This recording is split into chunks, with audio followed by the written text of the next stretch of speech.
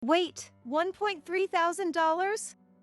That summer, I was shocked when I saw our electric bill. How could it be this much? Living modestly with just David, we couldn't possibly be using that much electricity. We should ask the power company to investigate. Yes, that sounds like the best idea. We contacted the power company and had a specialist come out to our home. Well, there seems to be an extra line here. After inspecting, it turned out someone had been stealing electricity from our home. Where does this extra line lead to? Over there. The engineer pointed to a house we didn't expect. Let's cut the extra line to save on electricity. Yeah, especially since we can't ignore the summer electric bill. We knew that cutting the extra line would cut off electricity to that house completely.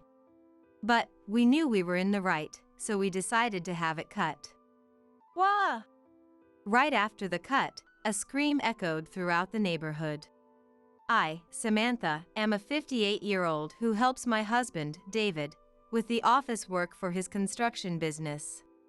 Not to brag, but David is a man of great integrity, someone who hates anything dishonest and stands up for what's right, and I'm proud of him. David and I met through an introduction, and I've never regretted it for a second. In fact, I think it was the best introduction ever. David's family has been farmers for generations, and on a large piece of inherited land, we built our construction business and our home. Even with the business and home, we still have a lot of unused land with no current plans for it. Hey, David? How about we turn some of the unused land into a parking lot? That's a good idea, but I'd rather use it for our kids. His kind and thoughtful nature for our children meant I had no objections. Our family includes our son Andrew and our daughter Nicole, both of whom are married and living independently.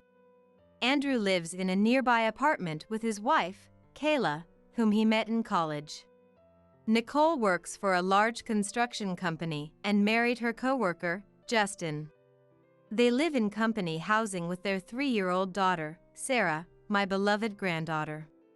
David is 62 but still energetic. Even so, he isn't immortal, and we can't avoid the issue of finding a successor for the business. Normally, Andrew would be the natural choice, but we've accepted that it won't happen. It's not that there's anything wrong with Andrew, but we've chosen to prioritize his dreams. What are those dreams? Andrew has loved tropical fish since he was a child, and we supported him in pursuing that passion. I'm proud of my husband for being so open-minded and supportive, even if it means our business might end with us. It's not something we worry about too much. Andrew, true to the saying passion breeds proficiency, eventually began managing a tropical fish specialty store, and his work has been going smoothly. Our relationship has been quite harmonious. Of course, Kayla and Andrew haven't had any problems either. If I had to nitpick, it would be that Andrew's love for tropical fish sometimes leads him to impulsively buy expensive fish. However, he has never asked us for money, and he seems to manage it responsibly, so there's no need to worry. Andrew and Kayla often shared their dreams with us. I want to own my house someday. When I do, I'll have a room just for my tropical fish. When I own my house, I want to get a dog. A Yorkshire Terrier would be nice. Currently, they live in an apartment, so they can't have a dedicated room for tropical fish or even keep pets. There was no reason to criticize their dreams. I could imagine that to fulfill those dreams, they would eventually need to own their own home. However, understanding they had their circumstances, we decided to take a supportive stance and only offer help if asked. One Christmas, both Andrew and Nicole's families came to our home. Merry Christmas, Dad. Merry Christmas. Happy holidays, Samantha. Happy holidays, David, Samantha. Grandpa, Grandma, Merry Christmas. Merry Christmas, Andrew, Nicole, Sarah. And Kayla and Justin too. Seeing our children and grandchild looking so well gave us hope for a bright future. Merry Christmas. Andrew, how's the store doing? It's going well. That's great to hear. David nodded happily, and I felt the same way. How about you, Nicole? Nothing out of the ordinary. No news is good news. After the greetings and catching up, Andrew spoke with a somewhat serious expression. Hey, Dad, Mom. I have something to discuss with you. Is that okay? What's up? No need for formalities now. David responded warmly, and after a moment of gathering his thoughts, Andrew began. Yeah. I was wondering if there's any cheap land around here. Land? What's this about? Kayla answered my question. Actually, Andrew and I talked it over and we think it's time for us to have our own house. In today's world, owning a home isn't an obligation or a goal, but knowing they had reached this point gave me a sense of relief. However, acquiring land for a new home comes with significant costs. It's only natural for parents to want to ease their children's burden as much as possible. If that's your goal, you don't need to look for land. There's plenty of unused land on our property. It's large enough to build a house comfortably. Samantha, do you have any objections? No, I think it's a great way to make use of the land. Of course, it's up to Andrew and Kayla if they don't mind. He responded with a beaming smile. Really? That would be a huge help. Land costs can be quite a burden. Seeing their joy made our proposal more than worthwhile. While we can rely on you for the land, I'm still worried about the mortgage. Will we be able to manage it? Although Andrew is a business owner, running a store doesn't guarantee large profits, so Kayla's concern was understandable. In that case, how about this?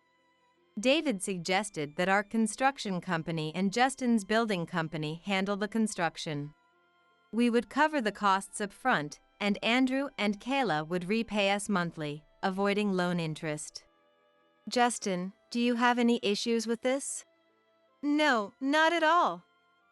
We're in business too, so as long as we get paid, we'll do the work. And since it's family, we can offer a discount. Thank you, Justin. Seeing our son's smiles was the best reward. You can repay the costs monthly into my store's business account. And if times are tough, there's no need to strain yourself to make a payment. David then asked Andrew and Kayla to create a detailed budget and repayment plan before starting the project. Thank you for everything. We'll get started right away. Thank you for me too. This is such a stroke of luck. You're very welcome. Seeing Andrew and Kayla's grateful expressions assured us we had done the right thing. Soon after, Andrew submitted the repayment plan as instructed by David, and the construction of their new home by our company and Justin's began. Before the work started, Andrew showed us the floor plan with excitement. My dream is coming true. I'm going to have a room just for my tropical fish in the new house. There's no law against keeping a dog in your own home. I can finally get my Yorkshire Terrier. Andrew and Kayla's hopeful smiles were priceless, and I couldn't help but smile too. By the time summer came around, Andrew and Kayla's new home was completed, and they moved in with many tropical fish and a dog. It wasn't long after Andrew and Kayla started their new life that Andrew came to us with a concern. Sorry, Dad. Can you hold off on the repayment for the house this month? Things are a bit tight. I can do that, but you must pay next month. We need to be strict about this. Yeah, I understand. I assumed Andrew's tropical fish store wasn't doing well that month and didn't think much of it. One day, an engineer from the electric company visited our home. We'll be doing some work next door, so your power will be out for a while. We apologize for the inconvenience. Okay, I understand. We had no reason to interfere with the work being done on Andrew's house and agreed without a fuss. The work only took a few hours, and while it was inconvenient not having the air conditioning, we managed.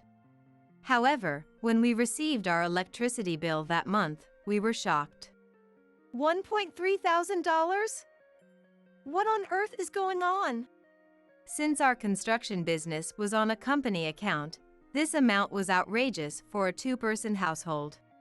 I first suspected a meter reading error and immediately contacted the electric company. However, they confirmed that the reading was accurate and that the bill reflected our actual usage. We couldn't fathom using that much electricity, leaving us baffled. How can this be happening? We haven't used that much power. There's always a cause. If we're getting a bill like this without using that much electricity, it might mean someone is stealing our power. David's hypothesis seemed outlandish, but considering all possibilities, it started to make sense. Should we call the electric company for an investigation? Yes. We'll need to be present during the inspection. We promptly contacted the electric company, explained the situation, and requested an investigation. An engineer arrived quickly and began inspecting the external wiring. Well, there's an extra branch line here. Your electricity is being diverted elsewhere. I couldn't believe it at first, but seeing the additional wiring made it clear. This would explain the high bill if the other household is using a lot of electricity. David's suspicion was confirmed. Someone was indeed stealing our electricity. Who would do such a thing? Can you tell where this line goes? Yes, it leads to that house over there. The engineer pointed to Andrew's new house. Well, isn't that surprising? David's calm tone indicated he was furious. It was hard to believe that Andrew, whom we trusted, would do something like this. There was no excuse for this behavior, even from our son. I recalled the earlier visit from the other engineer who mentioned some work. Since amateur work on electrical systems is unlikely, Andrew must have lied to steal electricity. Engineer, can you cut this extra line right now? Yes, I can. But it will cut off all power to that house. It is undoubtedly troublesome for any household to have its electricity cut off in this season, but there's no reason to show mercy to a son who steals electricity from his parents' home. Cut the unused wire to save energy. Yes, exactly. We can't ignore the summer electricity bills. Who would allow someone to continue using electricity for free? David and I agreed, so we had the wire cut immediately. David brought out some tools from the company's storage and handed them to the engineer. Please use these. No, thank you. We have our own specialized tools. Thinking about it, it wouldn't make sense for a professional engineer to use tools provided by someone else. I felt a bit embarrassed for letting my anger get the best of me. For safety reasons, we'll turn off the breaker. Is that okay? Yes, go ahead. Anyone would know that cutting a live wire is dangerous, so we first turned off the breaker for the entire house. Now, I'll cut the wire. Go ahead and do it. Though cutting a wire doesn't require any special effort, David's words were appropriate, as it felt satisfying to finally resolve the issue. It's done. Thank you. With the unnecessary branch wire cut, the issue was resolved. Ah! Right after, a loud scream echoed from Andrew's house, loud enough to be heard throughout the neighborhood. Why? Why? Andrew, looking pale, rushed out of his house. When he saw us, his face twisted as David glared at him with a furious expression. As mentioned before, David is a person who absolutely does not tolerate dishonesty. Given that his trusted son had betrayed him, I could understand his anger, and I felt the same. Why are you in such a hurry? Andrew. Well, my tropical fish are dying because the electricity was cut off. Do you love the fish you raise with the electricity you stole from us? Andrew was drenched in sweat, trembling as if he were in a cold place. Explain your reasoning. Yes. Andrew, unable to stand from fear, collapsed to his knees and confessed the truth. The electric bills are really high. And we need to keep the air conditioning on all the time for Kayla's dog. I understood his reasoning, but that didn't make it excusable. Recently, the electric bills have gone up, and we're struggling financially. So you decided to steal our electricity? Yes. Even though he was our son, Andrew's motive was incomprehensible to us. Everyone has different values, but this was unacceptable. Sure, Andrew's tropical fish and Kayla's dog might be important to them. However, hobbies are meant to be enjoyed when you have enough financial stability to afford them. To steal electricity for such reasons was outrageous. Please forgive us. We will pay for the electricity we used. And we will make a formal apology later. Given that not having electricity would seriously affect our daily lives, I asked the engineer. Engineer, please restore the electrical wiring to its original state. Understood. After that, the electrical wiring was restored, and we no longer had to worry about our electricity bill. A few days later, Andrew and Kayla came to our house to apologize. We are deeply sorry for what we've done. We're really sorry. Though they apologized profusely, it wasn't something we could easily forgive. I never thought I'd have a thief for a son. We're cutting ties with you. Leave that house. We will buy it back. David's stern demeanor left Andrew with no choice but to agree. Understood. Shortly after that, Andrew and Kayla moved out of their new home, and I had no way or opportunity to learn about their subsequent lives. However, according to rumors, Andrew's tropical fish store had to close down due to financial difficulties. Although it was no longer my concern, Andrew had been dedicated to tropical fish since childhood and possessed no other significant knowledge or skills. It seemed unlikely that he could rebuild the store, and he would probably have to switch to a different industry.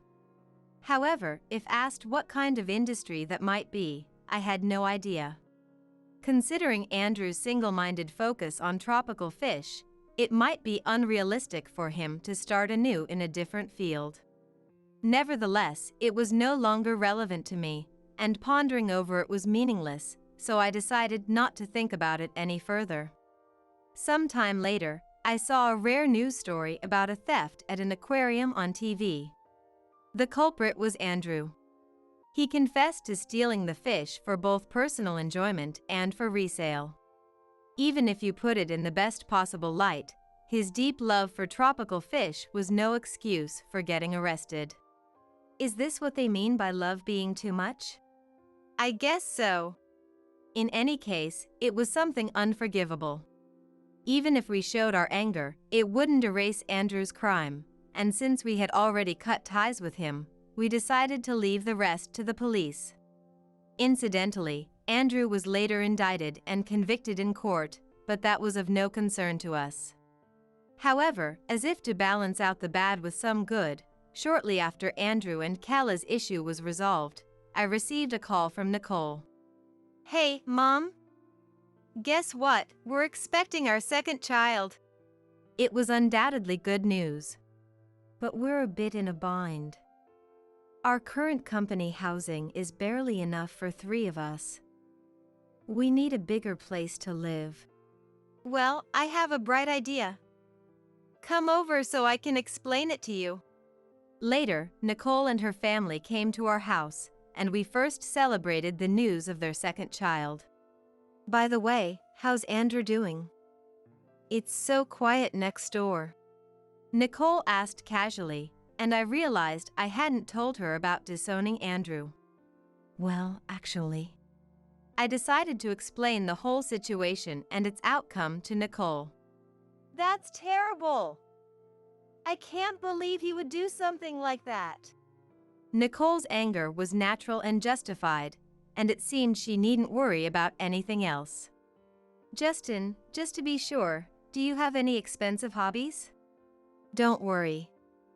I mostly just read books and use my smartphone, so there shouldn't be any problem. That's a relief. But why did you ask Justin about his hobbies, Mom? Well, you see. David and I then explained that we were in a position to resolve Nicole's family's housing problem quickly. We decided to give the now vacant house that Andrew and Kayla had left to Nicole and her family. I swear we would never do anything like steal electricity. You can rest assured about that. But is it really okay? Yes, it feels like $2,000 a gift. We are grateful for the offer, but it feels a bit too much. Despite their surprise and modesty, it would be a bit of a hassle for us to keep an unused house. Additionally, even if we sold it, the value would decrease no matter how good the condition was, so it wouldn't mean much.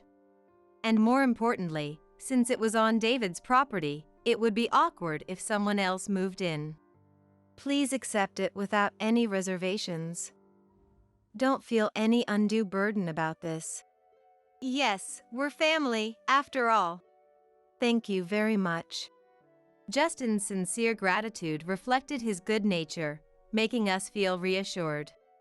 Afterward, Nicole's family moved into the house next door, and not long after, their second child, our new grandchild, was born. Justin diligently pursued his work, and though I didn't pry into the details, there was never any talk of financial struggles in Nicole's household. We maintained a healthy and close relationship with Nicole's family, and having our 2 grandchildren nearby provided a sense of security. Thus, I spent my days happily watching my adorable grandchildren grow up. We've made our own cheap products, so goodbye. Those were the sudden words from Daisy, the daughter of the president of a longtime client company. I understand. We won't deliver to you ever again, I managed to say in a strained voice. Daisy laughed gleefully, clearly pleased with herself. But her laughter won't last long. I returned to my company, determined to get back at her, and began preparing to confront her. The next day, Antonio, the president, showed up looking pale. My name is Agatha. I lost my husband early on and have been supporting the company he left behind ever since. At first, I struggled as I didn't know what I was doing and things weren't going well. But I knew I couldn't continue like this, so I visited companies my husband had connections with and desperately pleaded with them to teach me the business. I absorbed everything they taught me, and once I gained the recognition of my employees as their president, I studied even harder. My employees supported me in various ways, developing unique technologies and creating hit products for me. I grew increasingly determined never to let this company go under. As I worked tirelessly, I suddenly realized I was already 65. At an age when most office workers retire, I was still going strong. Of course, my successor had already been chosen from among the executives who had supported me for many years. Still, I loved my job and wanted to continue as long as my body would allow, and my successor understood that. Today was our annual New Year's party. The atmosphere of the venue had changed significantly since I was young, but it was an event we never failed to hold. The New Year's party was always held in a hotel banquet hall in a buffet style.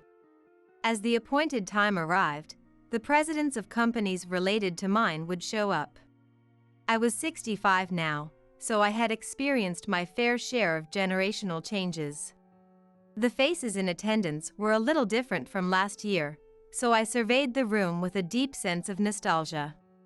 This time, I was participating with the male employee who would become the next president. I had told him to make sure to communicate with those around him and conduct himself in a manner befitting a president. As I watched over him making the rounds with a slightly nervous expression, I also greeted the presidents of companies I had relationships with. Many of the presidents of companies who had helped me when I was young were also in attendance. They were all around my age, but they still seemed to be active and going strong. Seeing everyone as energetic as they were last year put me at ease. Being able to welcome a new year together with such lively companions was a source of vitality for me. As I was absent-mindedly looking around, I suddenly bumped into someone. I quickly turned around to find a young woman I didn't recognize standing there. Since it was our first meeting, I assumed she must be the wife of one of the company presidents. But had anyone recently informed me of their marriage? While pondering this, I immediately apologized to her. However, she didn't apologize back and instead looked me up and down as if appraising me. "Is something wrong?" I asked, feeling suspicious. The woman then spoke to me in a mocking tone. "Not really, but you're kind of in the way, you know? If you're just going to space out, shouldn't you go home, Grandma? I bet you're someone's mother, right? There are always people who tag along with their sons like this, or maybe your mama's boy of a son begged you to come with him." I couldn't hide my surprise at her unexpected words. I had never met someone so rude upon first introduction. As I stared at her wide-eyed in astonishment, the woman returned to her seat. It was the seat of President Antonio's. He had built his company into a large enterprise that maintained profitability every year. Recently, he had been actively engaging in overseas dealings, and his company had been associated with mine since its founding. However, he was also quite advanced in age. His wife was still alive, so this woman couldn't be his spouse. As I observed for a while, I noticed a young child seated next to her.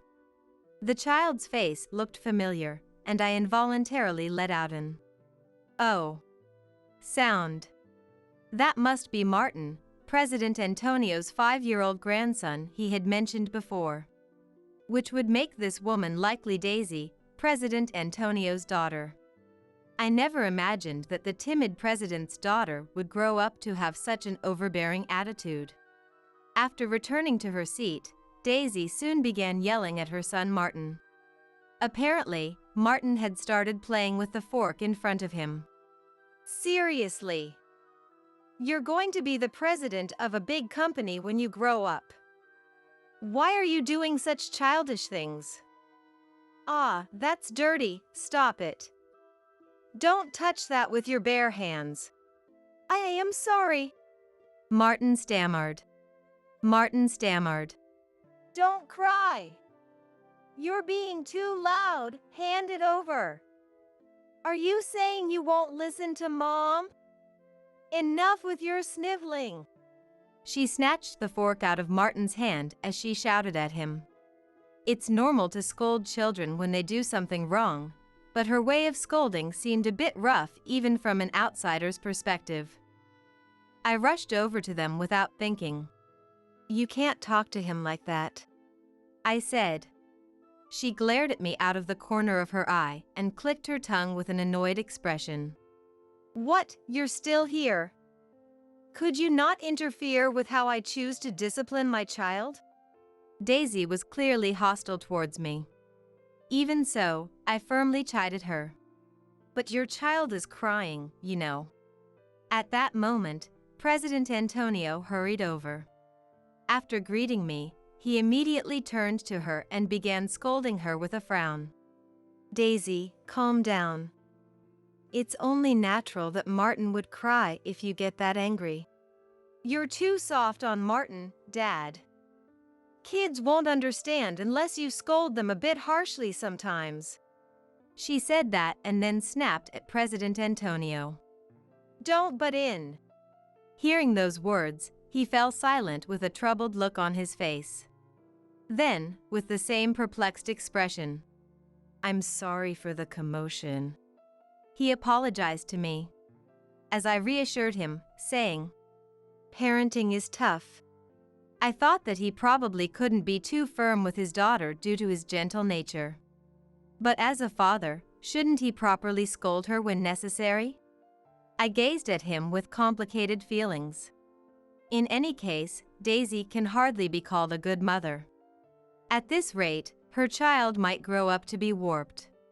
She may consider it none of my business, but if she's struggling with parenting, I've also raised children, so I might be able to offer some advice. However, when she saw my concerned face, she scowled in displeasure and lashed out as if taking her frustration out on me. Wait, you were the president? I totally thought you were someone's mom. I mean, your age, you know? Well, you seem about ready to retire, right? Wouldn't it be better for the next president if you hurried up and vacated the position? Daisy, watch your tongue. How could you say such a thing? But it's true, isn't it? Even people much younger than her are considering me for the next president. So what does it say about the company to have an old woman clinging to the position? Oh, don't take it the wrong way. I'm just offering some advice. I felt my face stiffen involuntarily upon hearing her words. What she said did have some truth to it, but there's a way to say things. As if shaking off my irritation. I suppose so, I ambiguously replied. Humph. Daisy looked at me with a triumphant expression and scoffed. Your company supplies to my dad's company, right? That basically makes you our subsidiary, doesn't it? If you're the president, shouldn't you think more about your employees before complaining to me? That's enough, Daisy. President Agatha is your elder. Show some respect. Don't yell at me. I'm just trying to teach her to know her place since she doesn't seem to get it. Age has nothing to do with it. She glared at him in annoyance as she spoke. President Antonio wiped the cold sweat from his brow, looking flustered. For your company to survive in the coming era, you need someone who can flexibly adapt to modern changes. If you can't take my advice, you might be in for a rude awakening someday. With those words, she spat out her warning, forcefully grabbed Martin's hand, and left the venue. Martin started wailing loudly again as his arm was suddenly yanked. Daisy dragged him along, indifferent to her child's distress. Watching her back as she walked away, I felt unsettled. Sure, I may have butted in unnecessarily, but I didn't deserve to be berated to that extent. Besides, as the president, I do my best to consider what's best for the company. The nerve of her, saying such rude things without even knowing that. President Antonio apologized to me profusely, seeing the displeased look on my face, but my mood remained gloomy the entire day. As a result, I decided to skip the after-party and head straight home. A few days after that New Year's party, Daisy unexpectedly showed up at my company. When I immediately asked my secretary if I had an appointment with her today, the secretary shook her head in surprise. Apparently, she had come to our company without making a reservation. Even if it was an urgent matter, how impolite of her. As I warily wondered what business she had with us, Daisy smirked at me with a malicious expression. Oh, so you really were the president. I'm here today as a stand-in for the president. By the way, have you decided on your retirement date? I suppose I could throw you a farewell party on behalf of the company, you know. The moment she entered the company, Daisy started spouting such disrespectful nonsense. I felt a flash of irritation but took a deep breath before asking her what she wanted. She then glared at me in displeasure, glancing around. I have something to discuss with the next president, not you. I want to talk about the future plans. I even came all the way here, so where are they? Don't tell me you haven't chosen a successor yet? The next president is currently out. If it's about company matters, I can hear you out. Your stubborn head probably won't understand anyway. Hurry up and call them back. I refused her demand, telling her it was impossible as she shouted at me in frustration. In the first place, the next president was away on a business trip. Even if she demanded their immediate return, it would take several hours. If she had properly informed us of her visit today, this misunderstanding could have been avoided. When I pointed that out, Daisy's face turned bright red as she yelled, "I am the daughter of a major corporation's president. How dare a tiny company like yours not heed my words? Who do you think you are?" The impossible remains impossible. Please come back to the company on another day. I spoke as politely as I could, but her voice only grew louder. I don't have as much free time as you. I'm raising my only son while working as the acting president of the company. I took time out of my busy schedule to come here, and you're looking down on me because I'm young? I bet you'd have nothing to do if my company stopped placing orders, right? Shouldn't you be accommodating my plans then? Am I wrong? No matter how unreasonable or absurd her claims were, my stance on refusing her demands remained unchanged. In the first place, her yelling didn't frighten or faze me in the slightest. Perhaps sensing my unwavering attitude, Daisy caught her breath and bit down on her back teeth in frustration. Fine, I get it. Come to our company at the same time 3 days from now. I'll make you regret going against me. She rattled off those words in rapid succession and then dashed out of the president's office. She slammed the door shut behind her, as if venting her frustration, causing a loud bang to reverberate through the room. My secretary, perhaps overwhelmed by her demeanor, trembled with tears in her eyes. She was still young, so it was understandable that Daisy scared her. As I calmed my secretary down, I pondered what she could be plotting. As a president, I had faced many problems, but this was my first time dealing with someone so unreasonable and lacking in common sense.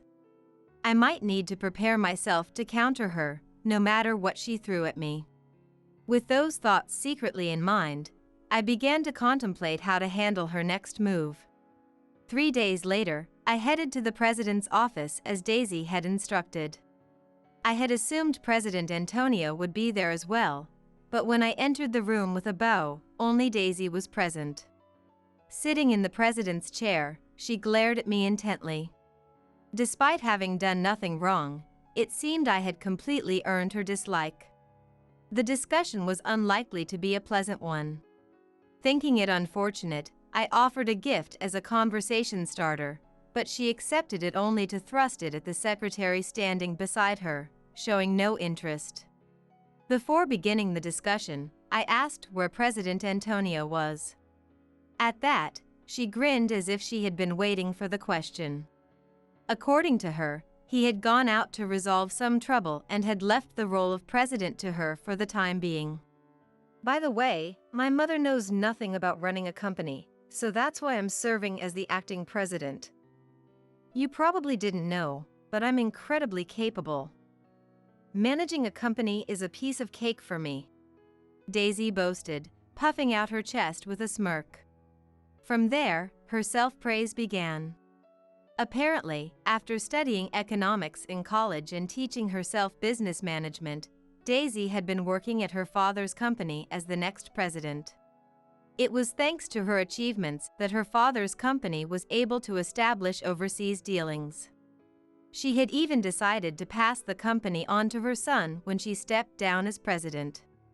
Her husband had run off, refusing to acknowledge their child as soon as their son was born, but Daisy had overcome that adversity, raising her son properly and building her current position.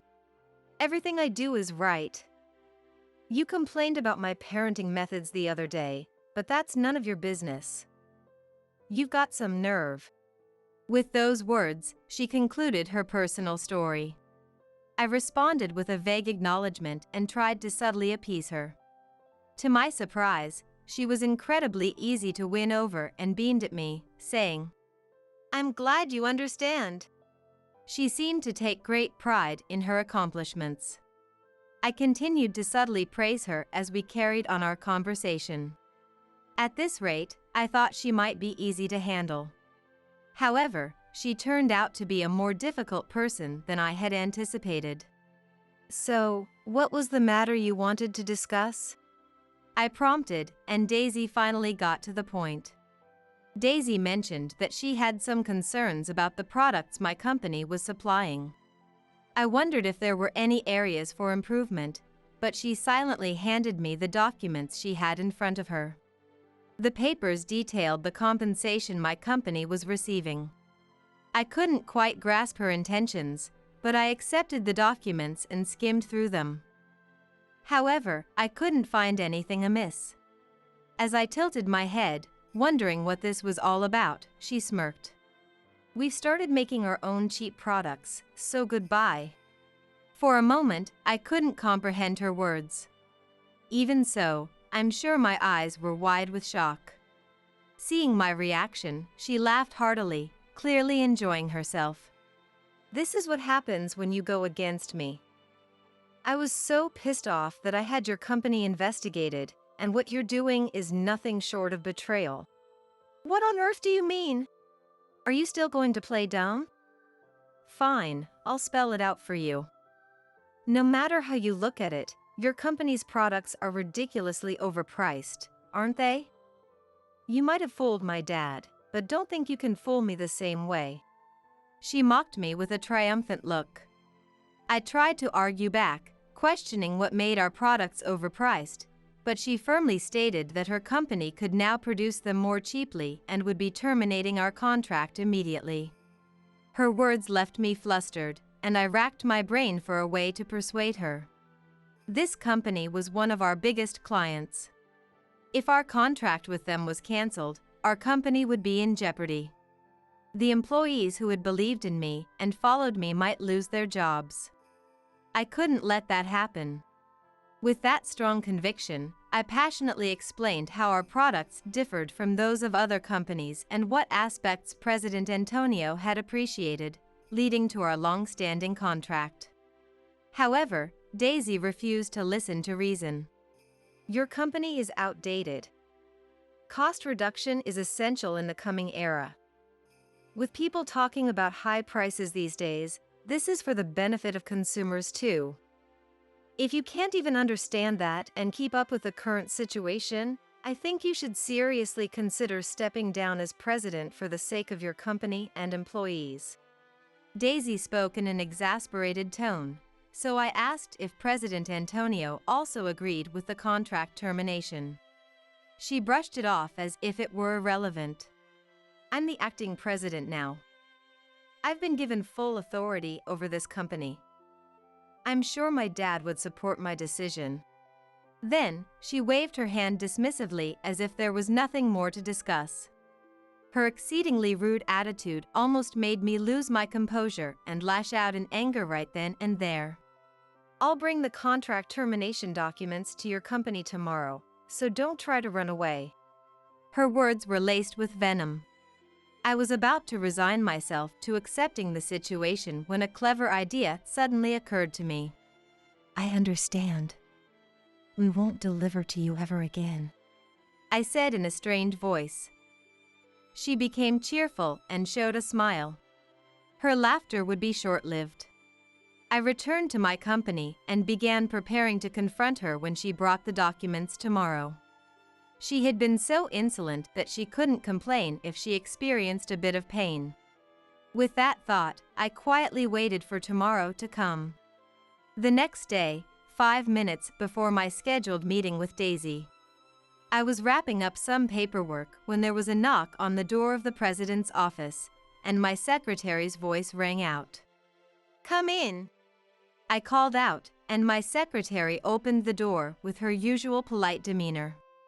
Ushered in by the secretary were a triumphant-looking Daisy and a pale-faced President Antonio. I immediately thought that what I had set in motion yesterday was already taking effect and inwardly smirked. "Thank you for coming," I said, offering words of appreciation before inviting the two to sit on the sofa. Daisy sat down on the sofa with a confident stride and slid the contract termination documents across to me. Beside her, President Antonio was sweating profusely, still seemingly unable to grasp the situation. Are you really going through with the contract termination?" he asked in a feeble voice. To him, I simply replied, "Of course," and picked up a pen. "This is truly unfortunate. We are also shocked that it has come to this. Thank you for your patronage until now." Before signing, I looked straight at President Antonio and spoke in a calm tone. At that, his face turned even paler.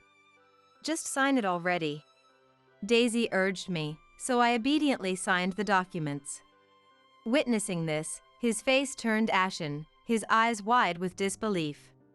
He must have been shocked that I signed so readily. Before I could finish signing, "Wait a moment!"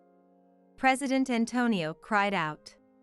With that momentum, he leaned forward, pressed his head against the desk, and apologized in a strained voice. "Please give us another chance. My daughter's rudeness towards you is my responsibility. Please, won't you reconsider?" After shouting those words, President Antonio apologized over and over, pleading with me. Surprised by her father's sudden behavior, Daisy's eyes darted around in confusion. "Wait, stop! What's going on? You apologize too. At this rate, our company will. What is this about? What did you do?" She questioned me in a panic. I calmly explained to her. "When I told them that our company would be terminating our contract with yours, the presidents of the companies under our umbrella all said they would cut ties with your company as well. I merely informed President Antonio of that." At my words, her eyes grew wide. Beside her, President Antonio held his head in his hands, sobbing uncontrollably. I observed the two of them with a cold gaze. "How did this happen? It's your fault. You went and unilaterally terminated the contract. Agatha is my benefactor. The reason I was able to grow this company so much is because she supported me. And you destroyed that in a single day." He finally couldn't take it anymore and glared at her with bloodshot eyes. She was stunned by his words. She finally seemed to understand the gravity of what she had done. "How can this old hag's measly company have so much influence? Watch your mouth. Agatha took over and protected this company after her husband passed. Even though the scale of her company is smaller than ours, it has persisted thanks to her efforts and the high regard people have for her. This outcome is only natural. I was the one who was wrong. If I hadn't trusted you just because you're my daughter, this wouldn't have." He clung to me in desperation. He begged me to somehow forgive them for this incident. Seeing him in such a state nearly moved me to pity, but I steeled myself and maintained a stern expression. All of this was to ensure that our company would never again face such a threat. Amid all this, Daisy's cell phone rang loudly. She said it was a work call, so I urged her to answer it. After hesitantly picking up the phone, Daisy's face immediately turned pale, and her mouth fell open. "What? What did you say?" Daisy arched her back in surprise. Seeing her reaction, President Antonio asked what was wrong. "The cost-reduced products I made to replace the ones from here have arrived, and they're all defective. How can this be? Those simple parts should be easy to replicate with our technology." Watching her flustered state, I chuckled softly. Apparently displeased by my laughter, Daisy turned to me with a bright red face, glaring accusingly. "That's impossible. Those products utilize unique techniques that our craftsmen have honed over generations. Even if you manage to create similar imitations, they won't be usable." "Huh? Our company and yours have different histories, you see. I said that with a boastful attitude, seizing the opportunity. This is what happens when they underestimate my company's craftsmen. Also, our manufacturing methods are trade secrets, so we haven't taught them to your company's craftsmen. Even if you knew how to make them, we have patents, so you can't copy and produce them. If you made them in secret, our employees would notice right away. Well, I suppose it doesn't matter to your company now that the contract is being terminated. Upon hearing my words, Daisy was left speechless. For a few seconds, silence filled the president's office. Both of them had lost their will to fight, their faces ashen. Seeing their reactions as I had expected, I was mostly satisfied, but I decided to execute phase 2 of my plan. Do you want to pretend the contract termination never happened? At my words, President Antonio's head shot up. Seeing him nod vigorously, even as tears streamed down his face, I made a certain proposal. However, there is one condition. From now on, you must never let Daisy be involved in management. I can't trust her. In fact, from the moment I heard she was the next president, I had no intention of continuing business with your company. The future of a company led by someone like her is set in stone. What will you do, President Antonio?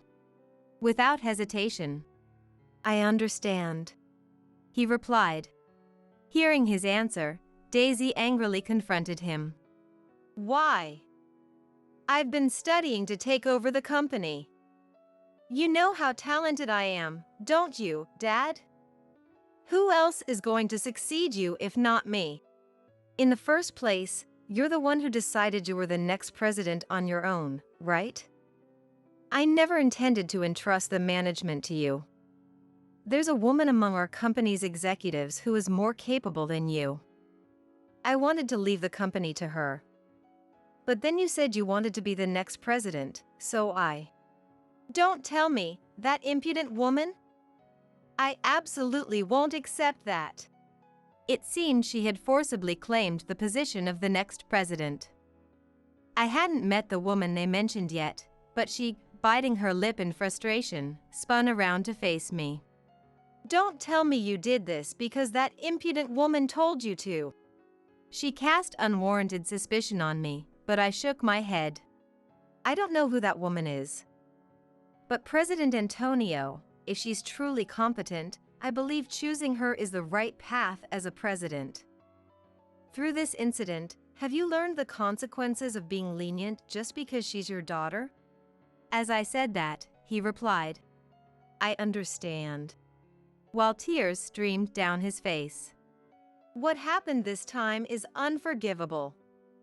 Daisy, take responsibility and resign. If you want to succeed the company, you need more experience. I'll never let you work at my company again. Get out of our house too. That treatment is too harsh. I'm your biological daughter. And I can't believe you're entrusting the company to someone who's not even family. Martin is already studying to take over the company in the future, you know. We need to talk about Martin as well. I never reprimanded your attitude towards him because I believed you were growing into an adult. But I always had this nagging feeling that your education wasn't benefiting Martin. What are you saying? I'm his mother. You're going to take a child away from his mother? That's just cruel. Daisy glared at him as she said that, but he maintained a serious expression and intimidated her with a low voice, saying they needed to have a family discussion. Hearing his tone, she swallowed her words and hung her head. I believe we're done here. Let's forget about the contract termination. I look forward to working with you in the future. I'll personally speak to the presidents of the other companies as well. As I said that, his complexion improved somewhat. Daisy looked frustrated but seemed to have no intention of saying anything more. He dragged her out of the room as she kept her head down. After that, Daisy resigned from her position as the next president. The woman they had mentioned took over as the next president. She came to greet me once, and unlike Daisy, she was a graceful and intelligent woman.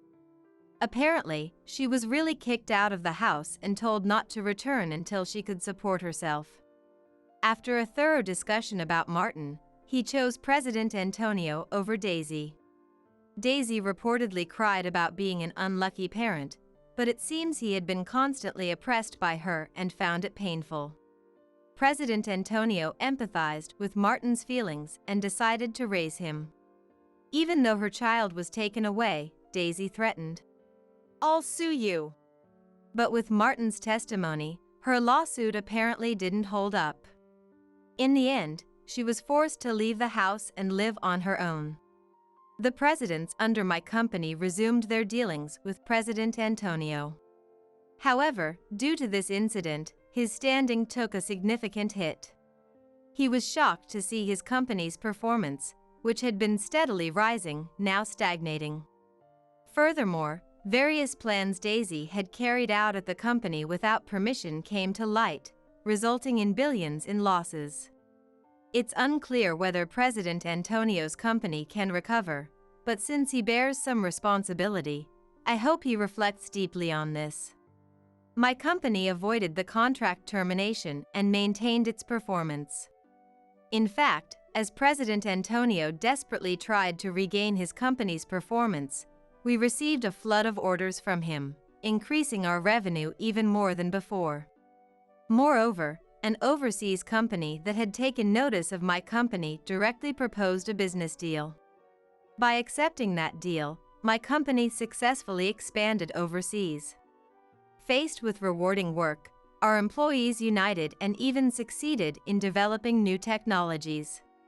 Seeing my employees working with bright expressions, I wholeheartedly feel that it was truly worthwhile to diligently protect this company.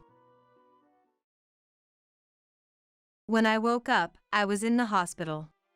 A nurse nearby was surprised and hurried over to me. According to the nurse, it seems I had been in a car accident and had been unconscious for over 3 years. Furthermore, I was told by the nurse that my daughter, Kate, was in the middle of her wedding ceremony. My daughter getting married? I hadn't even heard she had a boyfriend 3 years ago, let alone that she was getting married. Had she grown up so much without me knowing? It was a feeling of happiness and loneliness that I couldn't quite describe as a parent. After a while, when the doctors had calmed down, my daughter rushed over in her wedding dress, having interrupted her ceremony. She must have really hurried. Though her makeup and dress were disheveled, my daughter looked beautiful as a bride. The man standing next to her must be her husband-to-be. He was wearing a tuxedo that matched my daughter's dress very well. "Mom, I'm so glad." Tears flowed as my daughter grasped my hand, causing my own tears to well up. "I'm so glad you woke up, Mary." It was then that I finally realized. This man was David, a colleague from my workplace. Unbeknownst to me, my daughter had married my colleague. "You've become so wonderful." This moment of emotion was brief as the two began to whisper seriously to each other. "What should we do?" "Our plan has." I heard such words. "Plan?" I repeated the words I heard. In place of my stunned daughter, David began to speak with a serious expression. "Mary, actually, we intended to do something at today's wedding." David then explained everything leading up to today's plan from the beginning. When I woke up, I was in an unfamiliar place. I couldn't immediately remember why I was here. But I knew it was a hospital. And then I could remember my name. My name is Mary. As I looked around, trying to remember what happened before I got here, I locked eyes with a nearby nurse. The nurse was surprised and rushed over to me. According to the nurse, it seems I had been in a car accident and had been unconscious for over 3 years. 3 years. I did a quick calculation of my age before losing consciousness. It seems I had merely slept and turned 52. The nurse who kindly spoke to me called another nurse, and then my primary doctor was called. Soon, the primary doctor came to my room to check on me.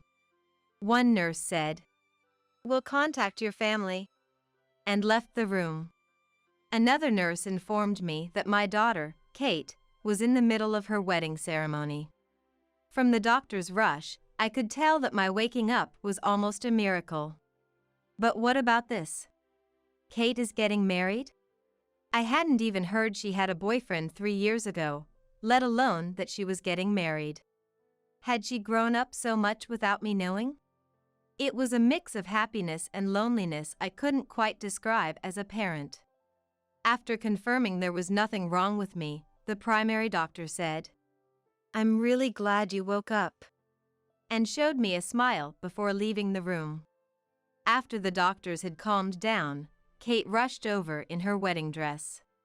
She must have really hurried. Though her makeup and dress were disheveled, Kate looked beautiful as a bride. I wished I could have seen her like this at the ceremony. The man standing next to her must be Kate's husband. He was wearing a tuxedo that matched Kate's dress very well. "Mom, I'm so glad." Tears flowed as Kate grasped my hand, causing my own tears to well up. "I'm so glad you woke up, Mary." It was then that I realized. This man was David, a colleague from my workplace. Unbeknownst to me, Kate had married my colleague. "You've become so wonderful." He looked different than he did 3 years ago, not just because of his outfit, but his face had matured. He had become a truly distinguished adult man. This moment of emotion was short-lived. The two began to whisper seriously to each other. After all, they had interrupted their important wedding ceremony for my sake. "What should we do?"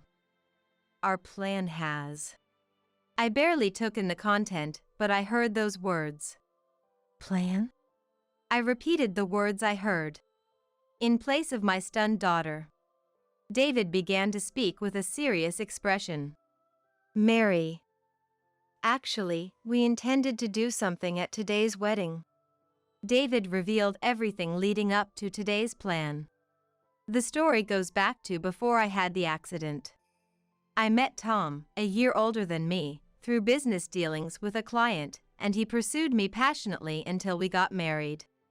We were blessed with our precious daughter, Kate, who turned 24 this year, making us a family of 3. However, I hadn't always felt happy. My husband hardly did any housework at all. I accepted his proposal because, before we were married, he seemed like someone who would cherish me and not be like this. "It's nice for you. You earn more than I do." He changed after we got married. He knew before we got married that I earned more, and he said, "Let's both work and help each other out with the housework after we get married." But once we were married, he constantly complained about me earning more. Feeling inferior because he was outdone by me in both work and housework, my husband probably wanted to assert his dominance through words.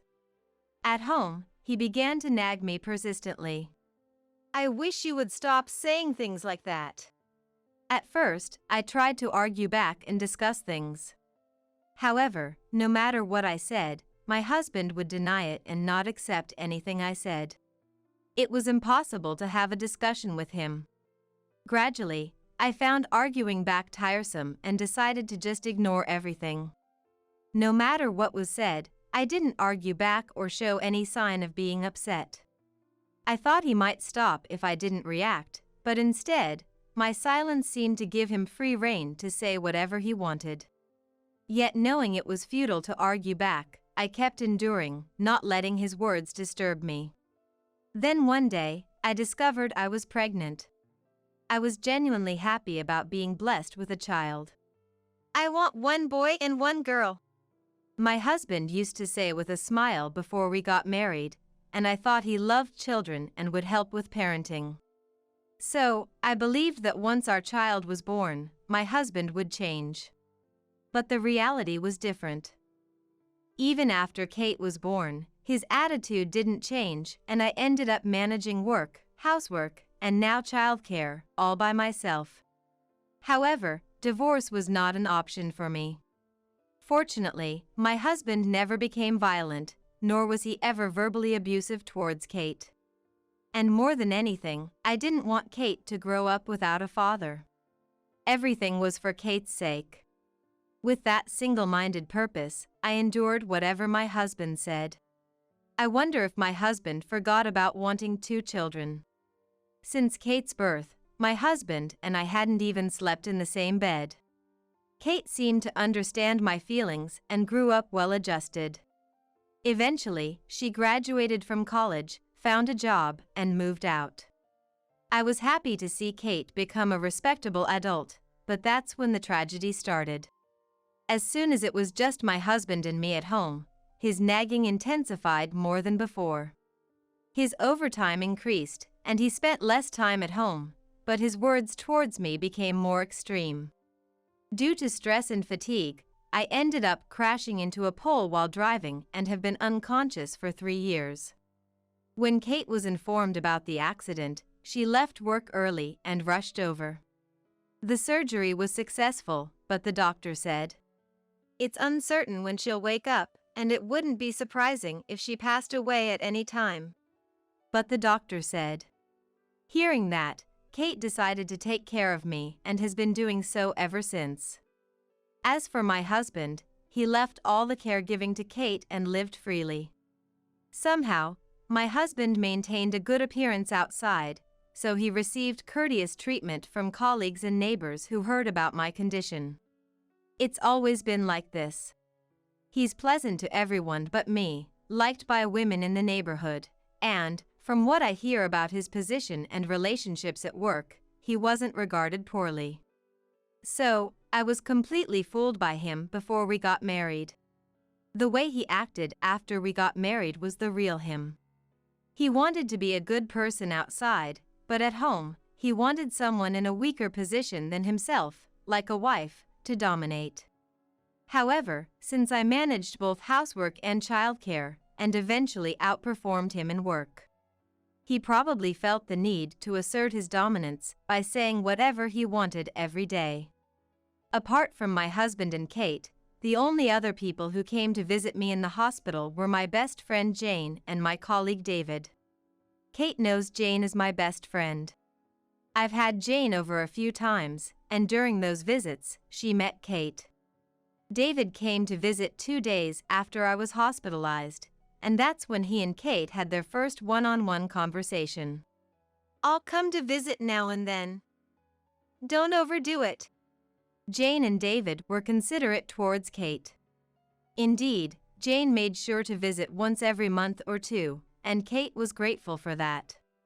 Kate and David met when he came to visit me in the hospital. David had joined my company as a new graduate. Since we graduated from the same university, I ended up looking out for him quite a bit. I remember being pleased to take care of him as if he were a son, since he was 2 years older than my daughter. I've resolved a few work-related issues for David, and he seemed to be grateful for that. Wanting to do something for me while I was hospitalized, he frequently showed up to offer support to Kate as well. Through my hospitalization, Kate began to realize that her father's attitude towards me was strange. As Kate grew closer to David, she started to confide in him about her uncooperative father, which led to their relationship becoming more intimate and eventually turning into a romance. Kate had repeatedly urged her father to visit me, but he kept refusing, citing work as the reason. In reality, my husband only visited me once the day after the accident occurred. He couldn't be reached on the day of the accident, and only showed up at the hospital for 30 minutes the next day before leaving quickly. He seemed sad that day, but I'm sure that was just an act to appear sympathetic to others. I know him. Given his past behavior, there's no way my husband would genuinely worry about me being in a coma. He's always been good at presenting a favorable image to others. Then one day, when Kate went to pick up some of my belongings from our house, she witnessed something shocking. This discovery led to the plan they intended to carry out at the wedding. Unbelievably, my husband and Jane were having an affair at our home. That day, he had told her he was at work. All his claims of being at work were lies. Taking advantage of my coma, he had started bringing Jane into our home. Kate left without letting them know she was there and immediately consulted with David. "Let's gather evidence of the affair for now." David calmed Kate down and advised her to take a rational approach. They began to quietly gather evidence of the affair without letting my husband or Jane know. It turned out that my husband and Jane had been having an affair even before I fell into a coma. And on the day of my accident, he was with Jane. Now it makes sense why my husband's overtime increased after Kate started her job. It was because of the affair. But I had stopped loving my husband enough to suspect him of having an affair.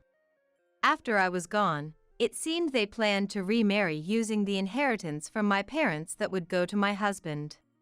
Among the evidence of their affair was a brochure for a honeymoon trip.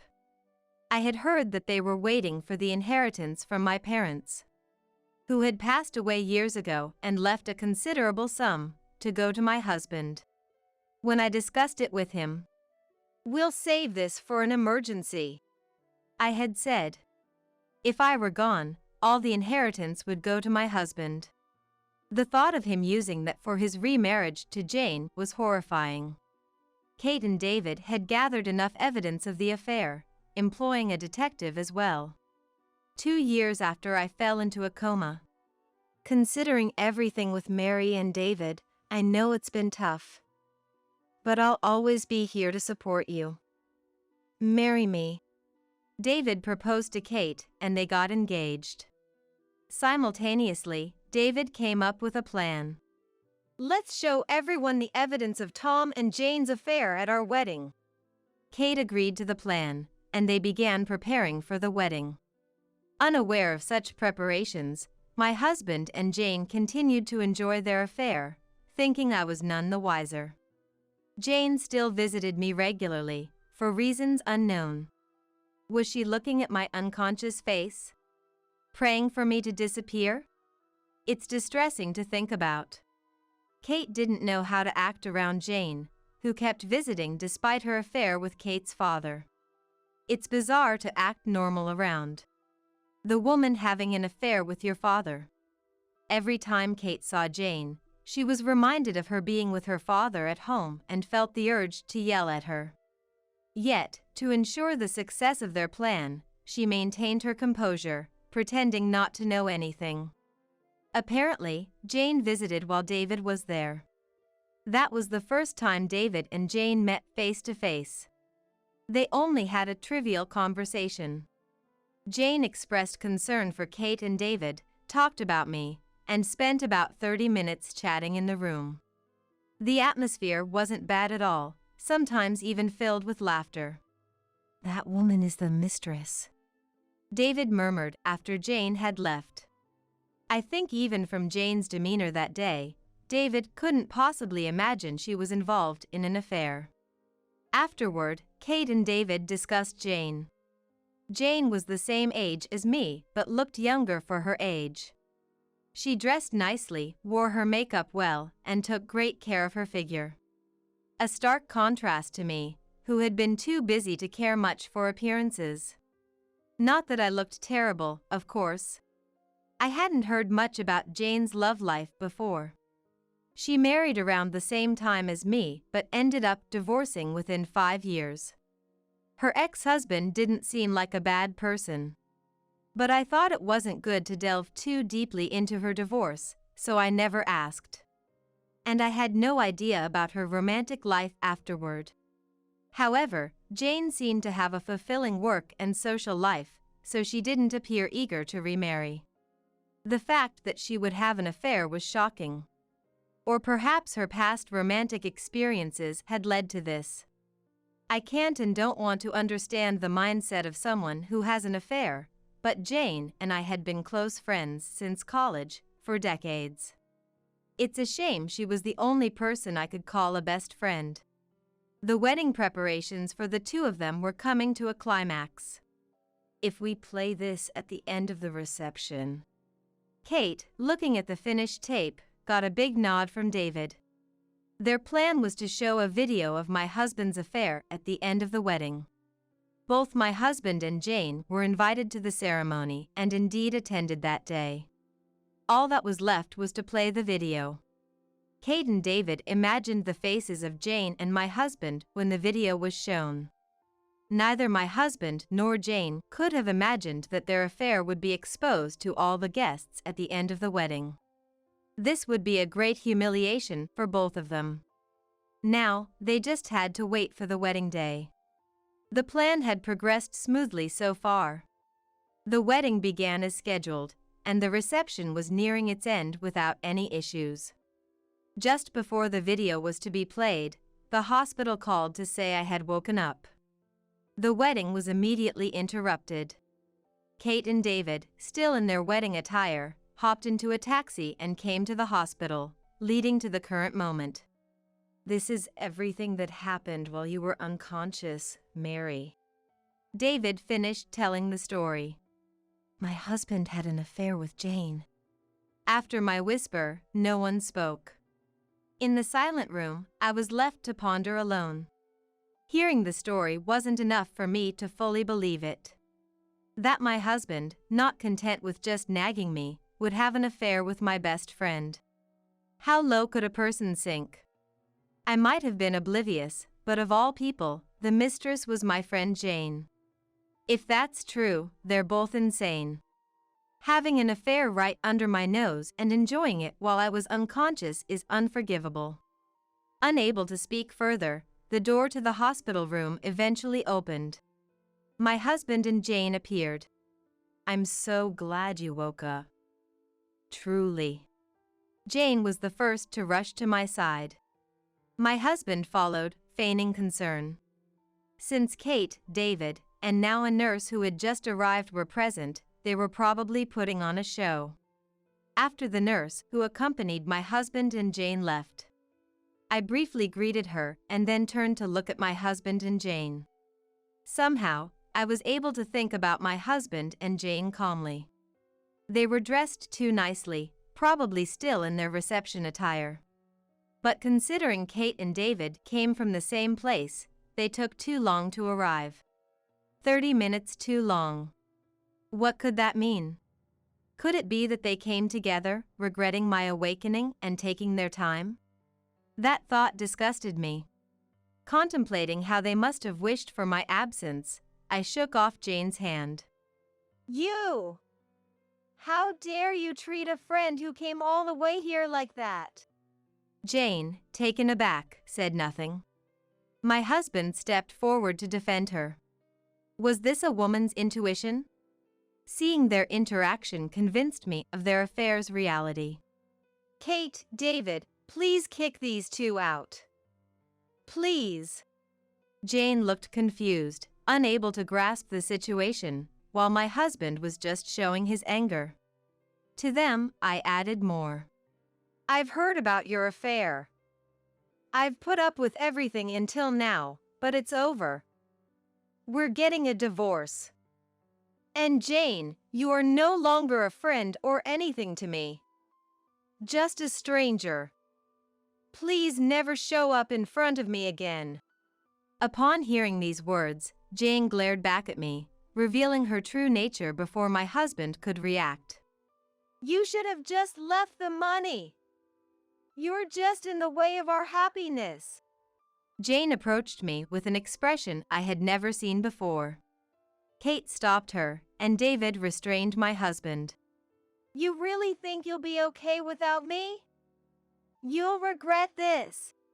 Even now, my husband tried to assert his dominance with his words. He forgot Kate and David were there and lashed out at me as usual. Yes. I'm better off without you. I looked at him coldly. His face turned red rapidly. Gradually, both my husband and Jane's voices grew louder and harsher until the nurses came to see what was happening. The nurse tried to calm down Jane and my husband, saying, This is a hospital, please. But they wouldn't quiet down. Eventually, Jane and my husband were kicked out of the hospital. I never imagined confronting them about the affair in such a way. Once the commotion settled, I finally took a breath in the quiet room. Kate, David, thank you so much. I would like to express my gratitude to the two of them, which I haven't been able to express yet. I hadn't yet expressed my gratitude to them for looking after me during the 3 years I was unconscious and for thoroughly investigating my husband and Jane's affair. I couldn't thank them enough. Kate and David exchanged glances before David knelt before me. Mary, I apologize for the late introduction. Please allow me to marry Kate. I promise to make her happy, David said nervously. He was just a cute colleague 3 years ago, but he had supported me and Kate throughout these years. I had no intention of denying their marriage. Of course. David, I trust you with my daughter. Be happy together. David smiled in relief at my response. Soon after, I was discharged from the hospital. Many things happened until my discharge, and Kate and David kept me updated. First, their wedding was cancelled, and they sent apologies to all invitees, including the evidence of the affair planned for the last part of the wedding. Though the original plan and method differed, all invitees eventually learned of the affair. My husband's company had dealings with the hospital I was admitted to, and the hospital incident became known to his company, revealing his affair. His standing at work became significantly uncomfortable. Though he wasn't fired, at least. Jane, too, faced severe backlash, known as the worst woman for stealing a friend's husband and causing her to fall into a coma. Though the story might be exaggerated, such punishment seemed just. I divorced him and got compensation from both. Our house was in my name, so I sold it, leaving my ex-husband homeless. The compensation led to financial difficulties for him. I found a new place for myself and lived comfortably. I planned to return to work after the accident, but the aftermath made it impossible. However, I had enough from the compensation, condolence money, and savings to live comfortably. I decided to enjoy life and pick up new hobbies, making up for the lost 3 years. I heard my ex-husband and Jane broke up after a huge fight. Jane was apparently after money. And my ex-husband had pretended to earn more than he did. I had never bothered to talk about this with Jane either, so Jane seemed to think that her ex-husband was making a lot of money. Jane exploded when she realized the truth after being kicked out and facing demands for compensation. Thought you had money, that's why I wanted to remarry, she reportedly said. It's a rumor, but perhaps she wanted a second chance at happiness. Still, I feel no sympathy. It seems my ex-husband was easily fooled by Jane, who appeared to respect him. While it's a bit sad to see them lose everything, I wonder if they've experienced the same or even greater hardship than I did during these 3 years. Seeing them like this, I feel a sense of closure. There was a time my ex-husband, having lost everything, managed to find me. I was wrong. Please, let's start over. He pleaded with me for the first time, but I called the police to take him away. After a thorough talk with the police, I believe he won't come to see me again. Feeling fear when he suddenly appeared was a first for me, seeing him in such a state. Since then, Kate and David have been living happily together. They even chose their home close to my new place. Occasionally, they come over to visit, or we go out together. I truly feel this is the happiest I've ever been. I'm looking forward to seeing my grandchildren someday. Grandma, I'm hungry. What's for lunch? It was just before noon when my daughter Amelia, who was expecting her second child, brought her son Joseph back home. Joseph, waving his hands cheerfully, looked so adorable, and I replied with a warm heart. For lunch, we have Amelia's favorite omelet rice. Do you like it too, Joseph? Yeah. I love omelet rice. Joseph, spinning around with his arms raised in joy. Then, a loud noise came from the direction of the cupboard. Amelia? Rushing towards the cupboard, I found Amelia leaning tiredly on the desk, looking exhausted. Are you okay? Just as I stepped closer to support Amelia, something unbelievable happened right before my eyes. A small shadow moved incredibly fast towards Amelia and, with all its might, kicked her in the stomach. What? Amelia crouched down, and before her stood the small shadow. Joseph? Incredibly, the little shadow that had kicked Amelia, holding her stomach, was Joseph. I was stunned and incredulous for a moment, but quickly scolded Joseph. Hey, Joseph! What are you doing to Mom? Are you okay, Amelia? I immediately went to Amelia's side and whispered to her. Yes. I'm sorry. Amelia kept apologizing desperately. It was a huge shock to me that Joseph, so adorable and honest, would kick Amelia in the stomach. My husband Stephen, having witnessed everything, approached with a look full of anger. Joseph, I won't get mad, but explain why you did that. Joseph, with a puzzled look, said, What? It's discipline? Discipline? What does that mean? I, Olivia, have been supporting my husband Stephen for 35 years, and this year I finally turned 60. We have one child, our 31-year-old daughter Amelia. I've dedicated my life to being a housewife, focusing on household chores and raising our child, while Stephen, even though he worked, always found time to spend with Amelia on weekends and before bedtime. Amelia was the daughter we always wanted, and we raised her with all the love we could give from the moment she was in the womb. Especially Stephen, who had wanted a girl since we got married, showed an incredible amount of adoration. He gave her everything she wanted, from clothes and toys to snacks. And, without telling me, he even took her to game centers and shopping malls, which I found out about when Amelia got older. Amelia grew up to be a straightforward, cheerful girl who never went through a rebellious phase and was always full of smiles. She got married at 28 to Christopher and has been helping out with the restaurant owned by her in-laws in Christopher's hometown. I've only met Christopher's parents at the face-to-face meeting and the wedding, with little interaction otherwise. Christopher seemed serious but strong-willed, yet it appeared that calm Amelia had a softening effect on his personality. We thought Amelia, being our pampered child, would continue to live with us even after marrying Christopher. However, after days of pleading and talking about Christopher, Amelia convinced us, and before we knew it, she had left the family home. For a while after their marriage began, Amelia called us daily. Dad? I made a delicious pot au feu today. Typical Amelia.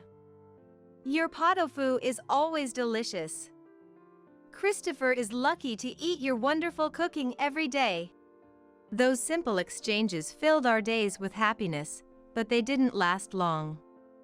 The calls became less frequent, from every other day to once a week, then once a month. At first, her happiness was evident, but as the calls became less frequent, they were often cut short because the store was busy. Even when Stephen tried every trick to keep the conversation going, he was often cut off. When I messaged Amelia, worried, her replies were not immediate, and sometimes there were days she didn't respond at all, which worried me.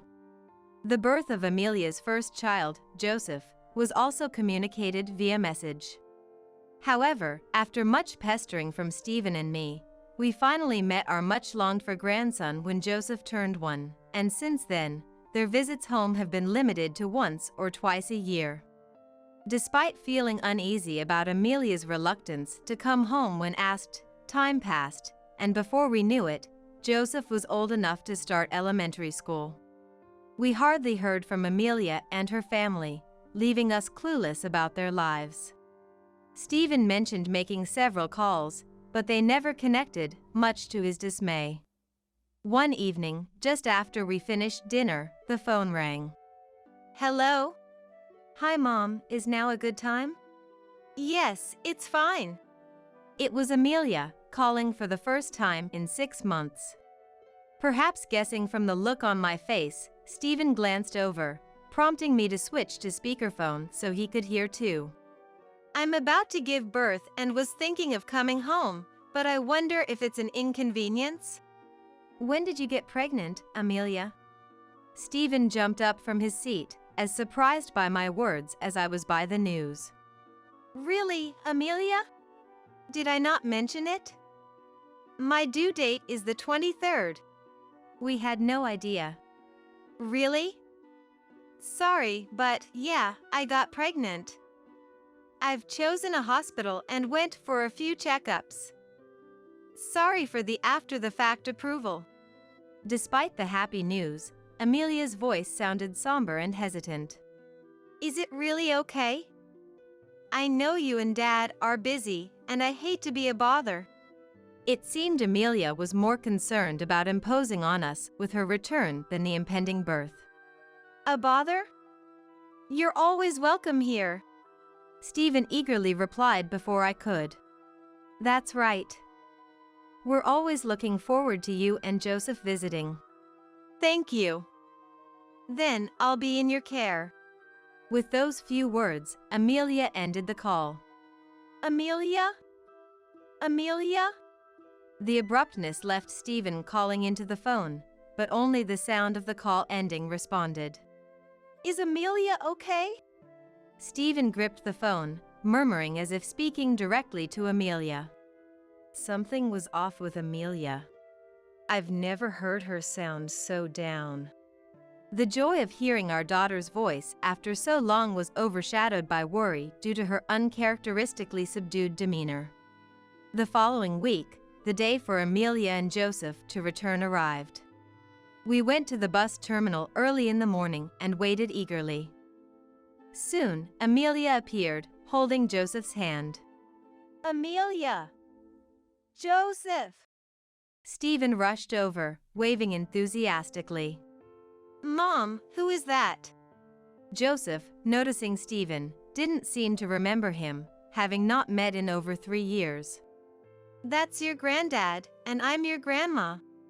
Amelia approached with an apologetic look, greeting us.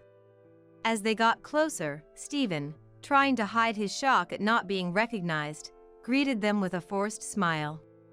Amelia. Joseph. Have you been well? Dad.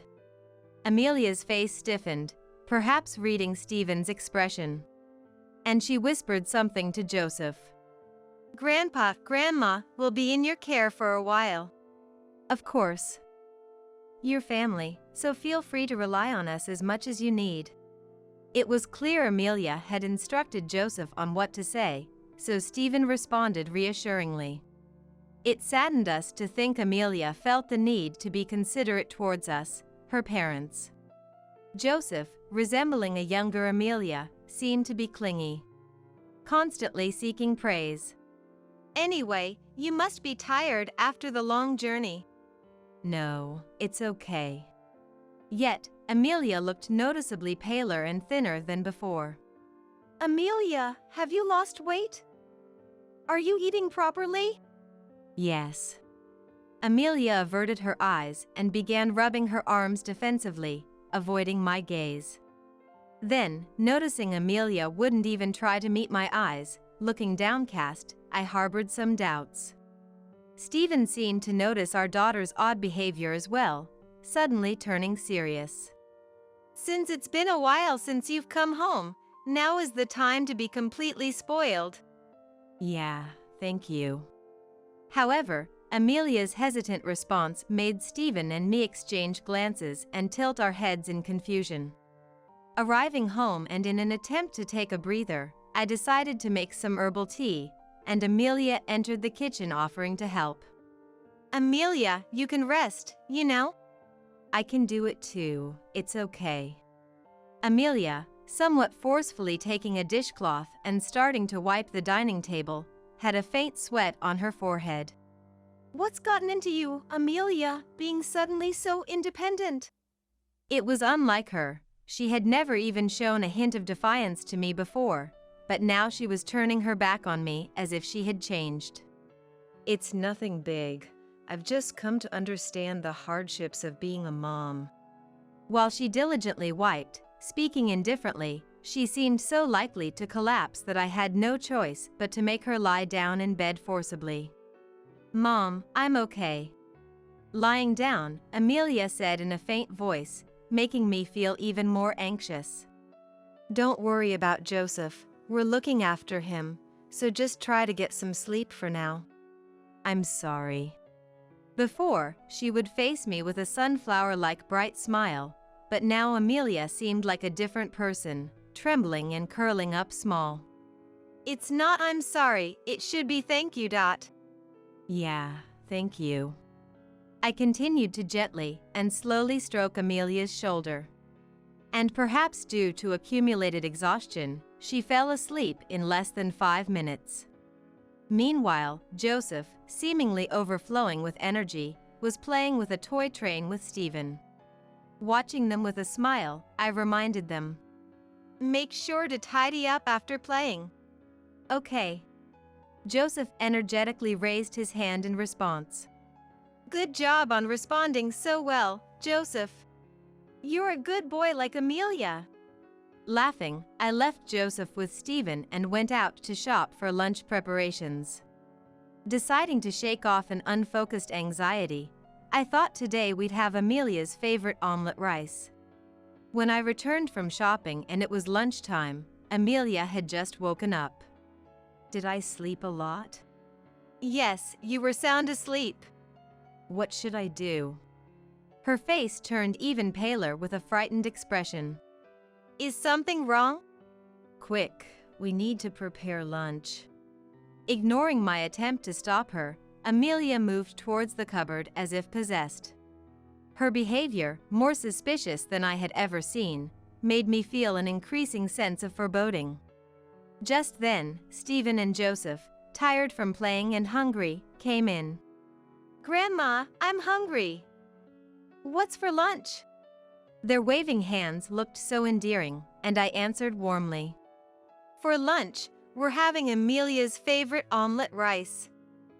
Do you like it too, Joseph? Yeah. I love omelet rice, Joseph said, turning around with his hand raised. At that moment, a loud noise came from the direction of the cupboard. Amelia? Rushing over to the cupboard, Amelia, not fully recovered, appeared exhausted, leaning on the table. Are you okay? As I took a step closer to support Amelia, something unbelievable happened right before my eyes. A small shadow rushed towards Amelia at an incredible speed, and that shadow, with all its might, kicked Amelia's stomach hard. What? Amelia crouched down, and in front of her stood the small shadow. Joseph? To my astonishment, the small shadow that kicked Amelia, holding her stomach, was Joseph. Stunned and speechless, I snapped back to reality and scolded Joseph. Hey, Joseph! What are you doing to Mom? I quickly went to Amelia's side and whispered to her, Amelia, are you okay? Yes. I'm sorry.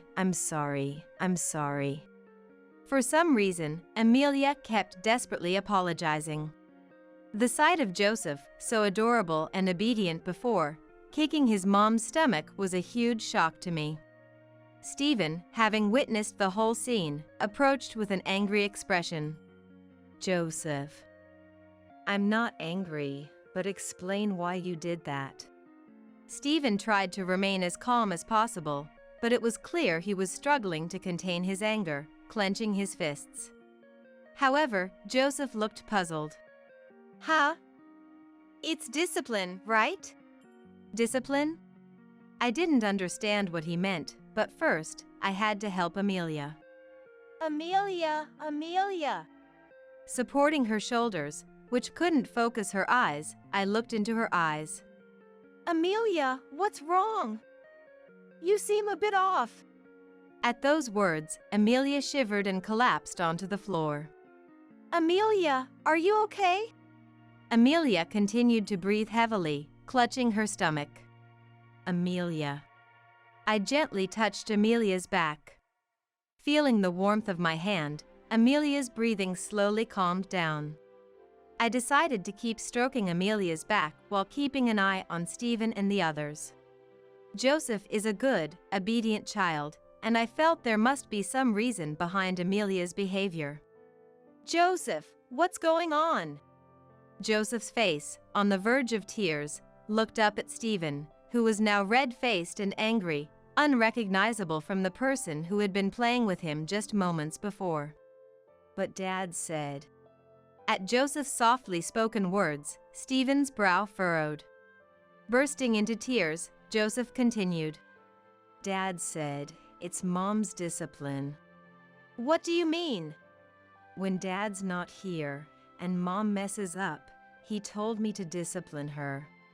Joseph managed to say between sobs.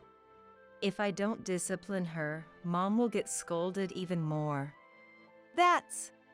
Then, Amelia, coughing, managed to squeeze out some words. It's not Joseph's fault. If we don't do this, Joseph gets hit by Christopher.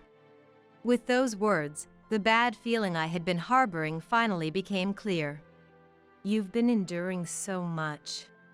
Imagining Amelia enduring Christopher's treatment all alone without anyone to rely on, tears overflowed. We've been under Christopher's watch. I couldn't say anything until now. Amelia also started to cry big tears. Amelia, not just you, but Joseph and the baby in your belly. You can't be happy staying with Christopher. What Mom says is right. I can't forgive what he did to our precious daughter. The tears streaming down Amelia's cheeks didn't stop, and Stephen's words seemed to hit home as she finally voiced her true feelings. Dad, Mom, I want to cut ties with Christopher. You did well to say that. Actually, I've been carrying around divorce papers I signed, thinking someday I'd file for divorce. Amelia revealed she had brought them with her this visit, and Stephen immediately said, Let's call Christopher over right now. But will he come? Christopher always prioritized his store over listening to Amelia's requests, and she looked doubtful he would comply. Stephen, calling Christopher with a firm tone, said, Christopher, come to the house right now. Though I couldn't hear the voice on the other end, from Stephen's manner, Christopher seemed reluctant. You know what will happen if you don't come, right? Stephen's forehead veins bulged, and his face turned red, unaccustomed to such actions. Let's talk more when you get here. After finally hanging up, Stephen looked displeased. Are you okay? I'll just take a little water and rest. After I handed him the water, he drank it down in one go, holding his head. Stephen seemed to have used up a lot of energy in just those few minutes and slumped down on the sofa. Joseph sat beside Amelia, who still couldn't stand up. I clenched my back teeth, pondering what might happen next.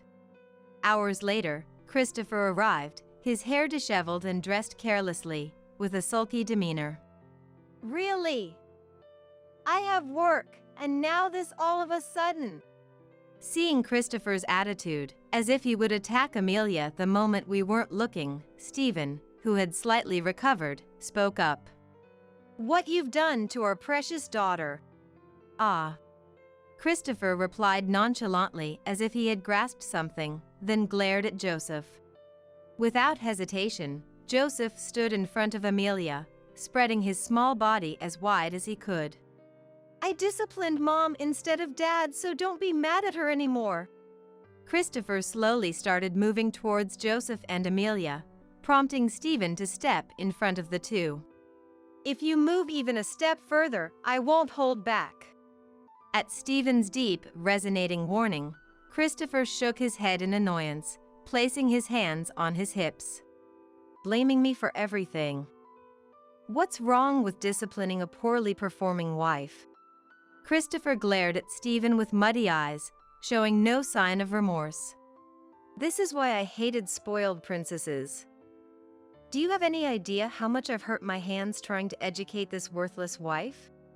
Revealing his abusive behavior towards Amelia without any shame. Furious at Christopher's attitude, I stood next to Stephen. Amelia is pregnant, you know? What if something happened to the baby? Even if she wasn't pregnant, hitting your wife is the lowest of the low. The lowest, huh? Amelia, who does chores and parenting half-heartedly, is far worse. Christopher started saying unbelievable things while scratching his head. Lately, I've been having Joseph do the disciplining because I don't want to waste time on this useless wife. But he can't do it right, just like his mom. As if discussing tomorrow's weather, he casually mentioned how he would hit Joseph for not disciplining properly, then Amelia even more harshly. That's unforgivable. Discovering the unimaginable hardships his beloved daughter had been shouldering, Stephen burst into tears. Am I really that bad? I was raised this way, and making a fuss over this seems ridiculous. Apparently, Christopher's parents were aware of and complicit in his actions towards Amelia. Seriously, give me a break. It's ridiculous that I'm being blamed. Christopher showed no remorse, instead acting as if he were the victim. Listen here. Stephen's anger exploded, and he disappeared into the next room, only to return with several documents. I don't care about your family, but Amelia and you are getting a divorce. He then thrust a document at Christopher. Christopher raised his eyebrows slightly upon seeing it. The document Stephen presented was the divorce petition signed by Amelia. Stephen had received the divorce petition from Amelia before Christopher arrived. I don't mind divorcing Amelia. Christopher fluidly signed the divorce petition and handed it back to Stephen. Securing the petition with both their signatures, Stephen prepared another document. Also, I thought Amelia might need support, so I've been financially supporting your parents' store. I want it all back. As he piled on with another document, Christopher's eyes widened and he collapsed to the ground. The second document, signed by Stephen, related to the financial support, detailing the total amount of support and the possibility of a lump sum repayment as per Stephen's discretion. As an executive of a large company, Stephen had provided significant financial support to Christopher's parents' store, amounting to $100,000. Sitting on the floor, Christopher finally spoke. I can't give up Joseph, the heir. And there's no way I can repay the funds. As if there's such a convenient story. Don't you have any compassion? I'm the man your precious daughter loved. Joining forces with Stephen. After readily agreeing to the divorce with Amelia, it's absurd to talk about warmth and love. Is it okay for me to end up like this? Huh, Amelia? Desperate, Christopher turned his anger towards Amelia. However, Amelia, having been continuously mistreated but now protected by us, responded with a firm stance. I don't care what happens to you. As long as I have Joseph and the baby, I'll be happy. So that's how it is. Having already signed the divorce papers, Christopher seemed to realize he had no recourse and said nothing further, appearing as if his soul had left him. Afterward, Amelia and Christopher's divorce was finalized, and with the loss of Stephen's financial support, Christopher's parents' shop suffered greatly. Faced with financial difficulties, Christopher accumulated debt in an attempt to save the business, but it ultimately failed miserably. Simultaneously, rumors of Christopher's violence towards Amelia and Joseph spread among the neighbors, leading to Christopher being ousted from his family home.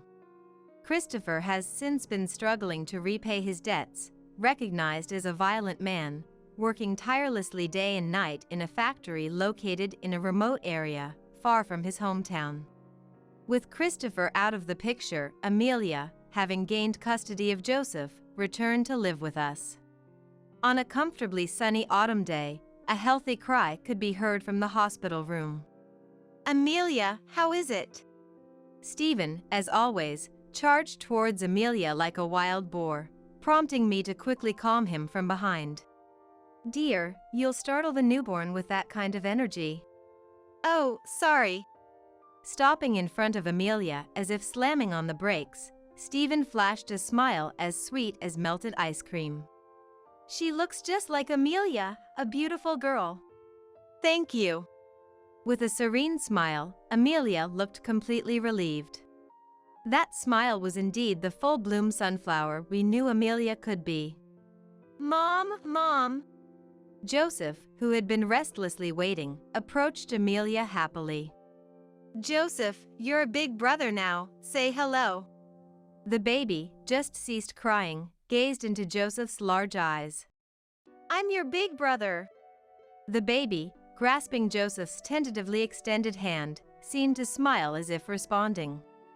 How adorable! Joseph, with his hand firmly grasped in return, immediately showed a brave face befitting a big brother. Have you decided on a name for her? Stephen asked Amelia with a smile. I'm thinking of naming her Emma. Amelia's words, spoken cheerfully, resonated deeply with me. Thank you, Emma, for being born safely. My spontaneous words made both Stephen and Amelia nod quietly, their eyes moist. After being discharged, Amelia and her family brought vibrant life to our home. Miraculously, Amelia bore no physical scars, and the newly born Emma was the epitome of health, always smiling. Kayla, you do realize you're a farmer, right? Please don't touch Samuel with those dirty, soil-stained hands. I hate even having to interact like this. No filthy poor people allowed. Please stay away from now on. I've never even had the chance to hold Samuel. Ever since we met, Naomi has treated me like an enemy, saying mean things and showing me a terrible attitude. Because of that, my heart has already reached its limit. Why is being a farmer something to be frowned upon? I'm just doing my job. I've resisted bending to Naomi's unreasonable behavior up until now, but even that has its limits. Yet, God hasn't abandoned me. My name is Kayla, a widow in my 50s. I live with my son Kenneth and his wife Naomi after my husband passed away. Our family has been farming for generations, and I've continued to work on the farm, inherited from my ancestors. Kenneth, already married, stayed to take over the farm. He's a hard worker and proactive in farming. But to be honest, things haven't been going well with Naomi. Naomi, can we talk? I want to check on the farm. Will you come with me? One day, I invited her with those words. There's a reason I spoke up like this. Marrying Kenneth essentially means taking over the farm. Kenneth understands this well and actively studies farming, but Naomi doesn't seem very enthusiastic about the work. I understand that farming might be seen as a tough and dirty job, especially by the younger generation. I thought the same when I was younger. But once you start, it can be unexpectedly rewarding. Naomi hasn't even set foot in the field yet, and at this rate, she might never discover that sense of fulfillment. So, I thought about going to the field with her to help her find that satisfaction. However, Naomi's response to my invitation was far from positive. To the field? Why? I hate the idea of going to such a dirty place. If you must go, please go alone, Kayla. I'll be relaxing in my room. Don't say that. This job isn't as dirty as you make it out to be. You might even find it enjoyable if you actually give it a try. A little visit wouldn't hurt, would it? It's not like that at all. I genuinely hate farming. Bugs come out, the vegetables are dirty. Isn't it awful to force someone to come to the field? Kayla, this is harassment, you know. Harassment, she said, and I couldn't help but let out a surprised huh. That was never my intention. It was meant to be a gesture of concern, hoping to slightly erase her aversion to farming. Yet Naomi continued. If you understand, then please never ask me to farm again. I didn't marry for your sake, you know. If you say something like this again, I might consider divorce. With that, she spat out her words and returned to her room. I thought about discussing this with Kenneth, but he's so positive about farming and works hard every day, I just couldn't bring myself to tell him. So, I decided not to report this incident with Naomi to him, and from then on, I aimed to live a life that didn't upset her, avoiding any confrontation. But even that didn't go well. In front of Kenneth, Naomi was very kind and dependable. However, the moment Kenneth was away, in the field or out shopping, Naomi would transform entirely. I have no intention of doing the housework, just so you know. If you want housework done, Kayla, do it yourself. I'm not a housekeeper. Kayla, wasn't today's dinner a bit too careless? It was so bad, I thought I would vomit. I managed to eat it, but when I think that Kenneth has been eating such food since he was little, I feel so sorry for him. Naomi's heartless words kept coming. Each time I faced them head-on, I felt my heart aching. Why do I have to be subjected to such unreasonable words? What have I done to deserve this? No matter how many times I asked myself, no answer came. And seeing me worn out, Naomi would laugh again. Kayla, you really aren't cut out to be a person. To think such a person is my mother-in-law, I can't help but worry about the future. I'm sure Kenneth doesn't rely on you much either. Elderly people like you should retire from work soon. Stop forcing the farm onto him. We have our own things we want to do. So, Kayla, please just disappear from our world. I'm sorry. The only words I could muster in response to her barrage were "I'm sorry." I was so broken that I couldn't think of any words of defiance. Days like this continued, and I eventually developed insomnia. Yet, somehow, I kept pushing myself in my work. Naomi might think farming isn't a big deal, but knowing there are people waiting for the vegetables I grow, I couldn't afford to take a break. Mom, are you okay? You look a bit haggard. Watching me weaken day by day, Kenneth expressed his concern. But Kenneth only sees the good side of Naomi. He's unaware of the cruel words she hurls at me. I wonder what would happen if he found out. If Kenneth and Naomi were to divorce, would that be my fault? Am I stealing his happiness because of me? With those thoughts, I couldn't say anything more. I escaped his worries with some non-committal words like "I'm fine," even though I'm really not. I really am a coward. Amidst all this, some good news arrived. Naomi was pregnant. Feeling unwell, Kenneth took her to the hospital, where they received the diagnosis. That day, the house was filled with a celebratory mood. Naomi seemed to be in a good mood too, not hurling her usual cruel words at me. I even thought it might be the first happy day I've had in a long time. I did my best to support her, ensuring she could have a healthy baby. I prepared meals with plenty of nutrients and fresh vegetables, and knowing that wouldn't suffice, I also made sure to serve delicious meat and fish dishes. She seemed to enjoy the meals, and that filled my heart. Maybe my extra kindness was also because I thought it's important not to stress her during her pregnancy. Eventually, she safely gave birth to a healthy baby boy. I was relieved that there were no health issues at birth. I couldn't visit right away because of my farm work. After some time, Naomi and my grandson returned home. The baby was named Samuel. I endeavored even more, keeping in mind that she now needed to raise Samuel healthily, without too much stress, and hopefully relying on me. But it seemed my efforts didn't reach her. One day, she summoned me. "Kayla, a moment." Wondering what it was about, I asked her, only to be met with unbelievable words. "Kayla, do you realize you're a farmer? Please don't touch Samuel with those dirty, soil-stained hands. I hate having to interact like this. No dirty, poor-like people allowed. Please stay away from now on." "What?" I was dumbfounded by her abrupt words. Seeing my reaction, she laughed even more. All this time, I've been pretending to be part of the family, but it's all pointless. She mocked me. I wanted to be family. I thought we could support each other as a family. But it seems that was just a nuisance to her. Unforgivable.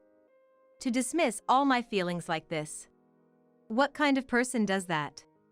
Anger towards her welled up inside me, but even then, I didn't know how to respond. Understood. And that was all I could respond. I really am a coward. Even in such a situation, I couldn't muster a response to her words. Why am I so incapable? I thought about whether it was my fault, but more than that, I felt a strong sense of injustice towards her. And in those moments, God didn't abandon me. Kenneth, there's something I need to talk about. At the dinner table that day, Naomi spoke up, sharing everything that had happened. She claimed she had been harassed by me, that she had endured it all this time, but just now I had gone as far as to tell her to leave. She was terrified about what might happen to Samuel if she continued to live with me. She wanted to move out to live just with Kenneth and Samuel, away from me. That was Naomi's claim. Of course, I had no recollection of harassing her. In fact, I felt I was the one being bullied. But my worn-out heart couldn't muster a proper defense. Well, I can't imagine Mom harassing anyone, but if you feel that way, maybe we should consider moving out. Kenneth's words seemed to please Naomi greatly. After that, they decided to move out. However, they couldn't move too far since the family business needed to be continued, so their new home would still be near mine. Yet, just the thought of not having Naomi in the same house made me feel somewhat relieved. Realizing this made me feel awful again. We're a family, I wanted to live hand in hand. If there were misunderstandings, I wanted to work on understanding each other. But my heart was weaker than I thought. And so, they moved to their new home, and I was left to live alone in this big house. Kenneth continued to visit often, but I started to feel the loneliness. The incident happened the day after they moved out. After finishing the day's work, I came home and, having some free time, checked my mobile phone to find numerous missed calls. All from Naomi. Wondering what it could be, but feeling a surge of aversion towards her, I decided to ignore the calls. There were also several texts seemingly asking me to pick up the phone, but I ignored those too. What could she possibly want now? There's nothing I need to talk to her about anymore. I had a bad feeling, but in the end, I did nothing and left it at that. Then, that evening, the doorbell rang. Thinking it might be her, I checked, and sure enough, it was Naomi. Naomi, what is it? I'm sorry, but could you please leave? I don't want to see your face. At my response, she looked as if she was about to cry. Why didn't you say anything? She asked. Say anything? About what? I had no idea, so as I was thinking. Why didn't you say anything, Kayla? You're not just a farmer, are you? You're also a landowner. I didn't know that. Why did you keep such an important thing a secret? Her words left me speechless, a stunned what escaping my lips.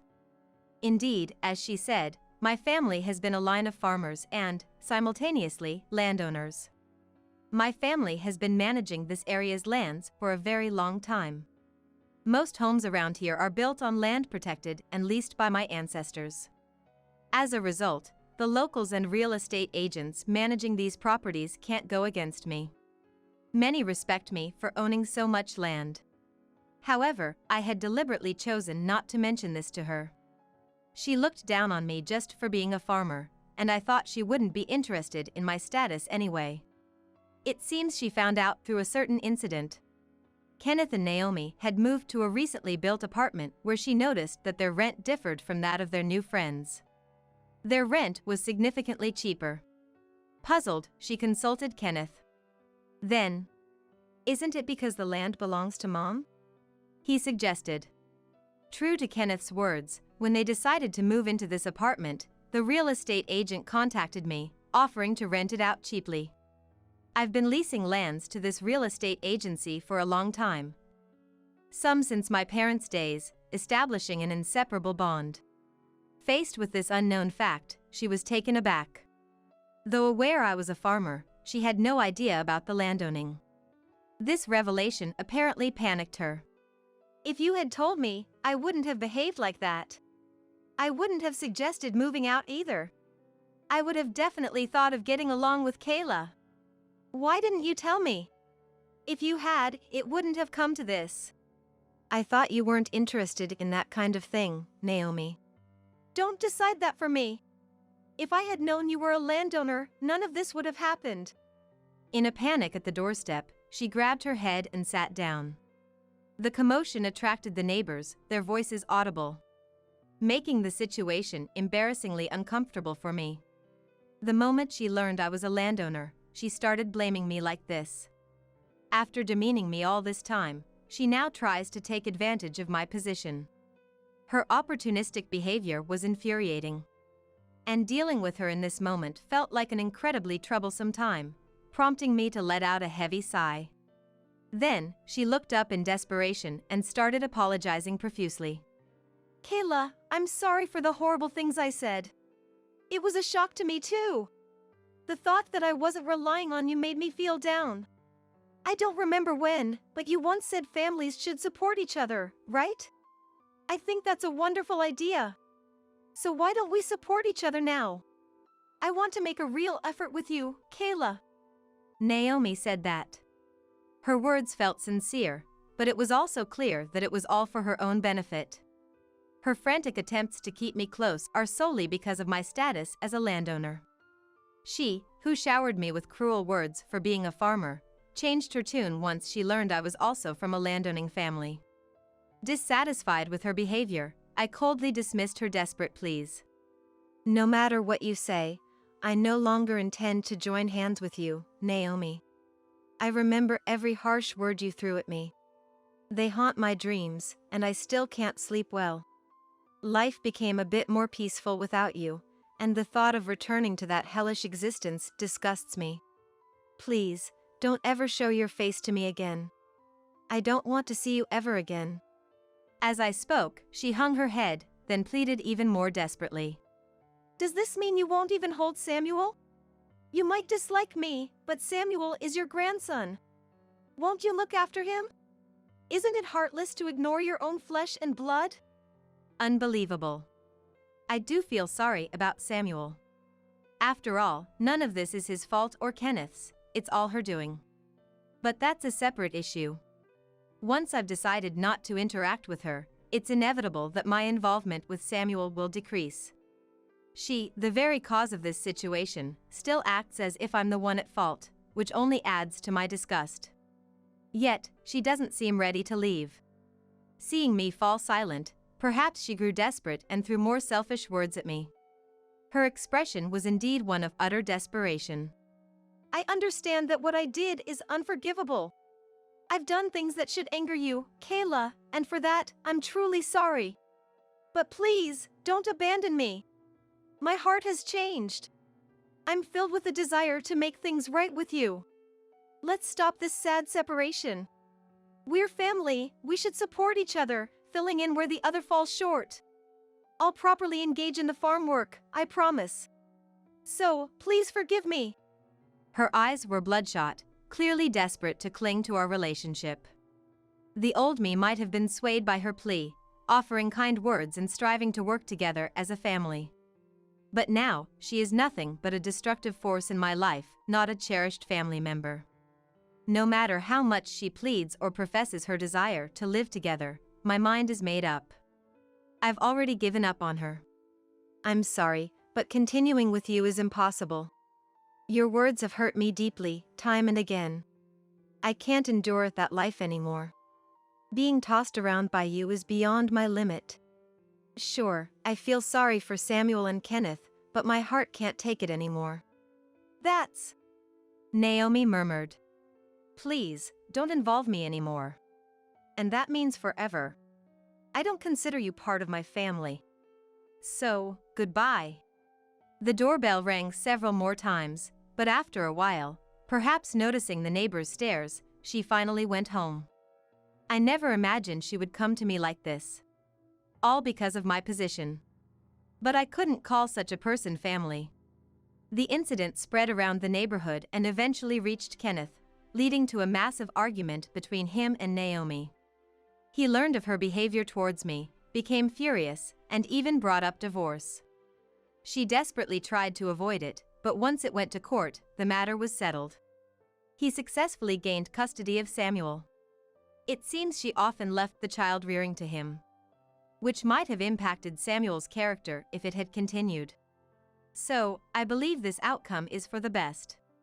After the verdict, she returned to her parents' home, but it appears Kenneth had informed them of her behavior towards me, and they eventually turned her away. Now, she's working part-time at a small company, barely making ends meet, and living in an old apartment. On the other hand, my life has also changed. Kenneth brought Samuel to my house. Now, Kenneth and I are supporting each other, jointly raising Samuel. After the incident, the neighbors expressed their concern, but I've regained my strength and am back to farming. Kenneth is serious about taking over the family business in the future. The whole ordeal with Naomi was a disaster for both of us, but I hope that one day he finds a partner with whom he can truly collaborate and support. Until then, I intend to protect the happiness of Kenneth and Samuel as a mother. I'm Madison. I have a husband and 2 children. After a long time, I returned to my hometown. Though I say hometown, it's actually my brother and his wife live there now. Both my parents have passed away. Looking at this house brings back memories. It's the place where the most significant event of my life took place. Now, it's a fond memory. Yes, it happened over 30 years ago.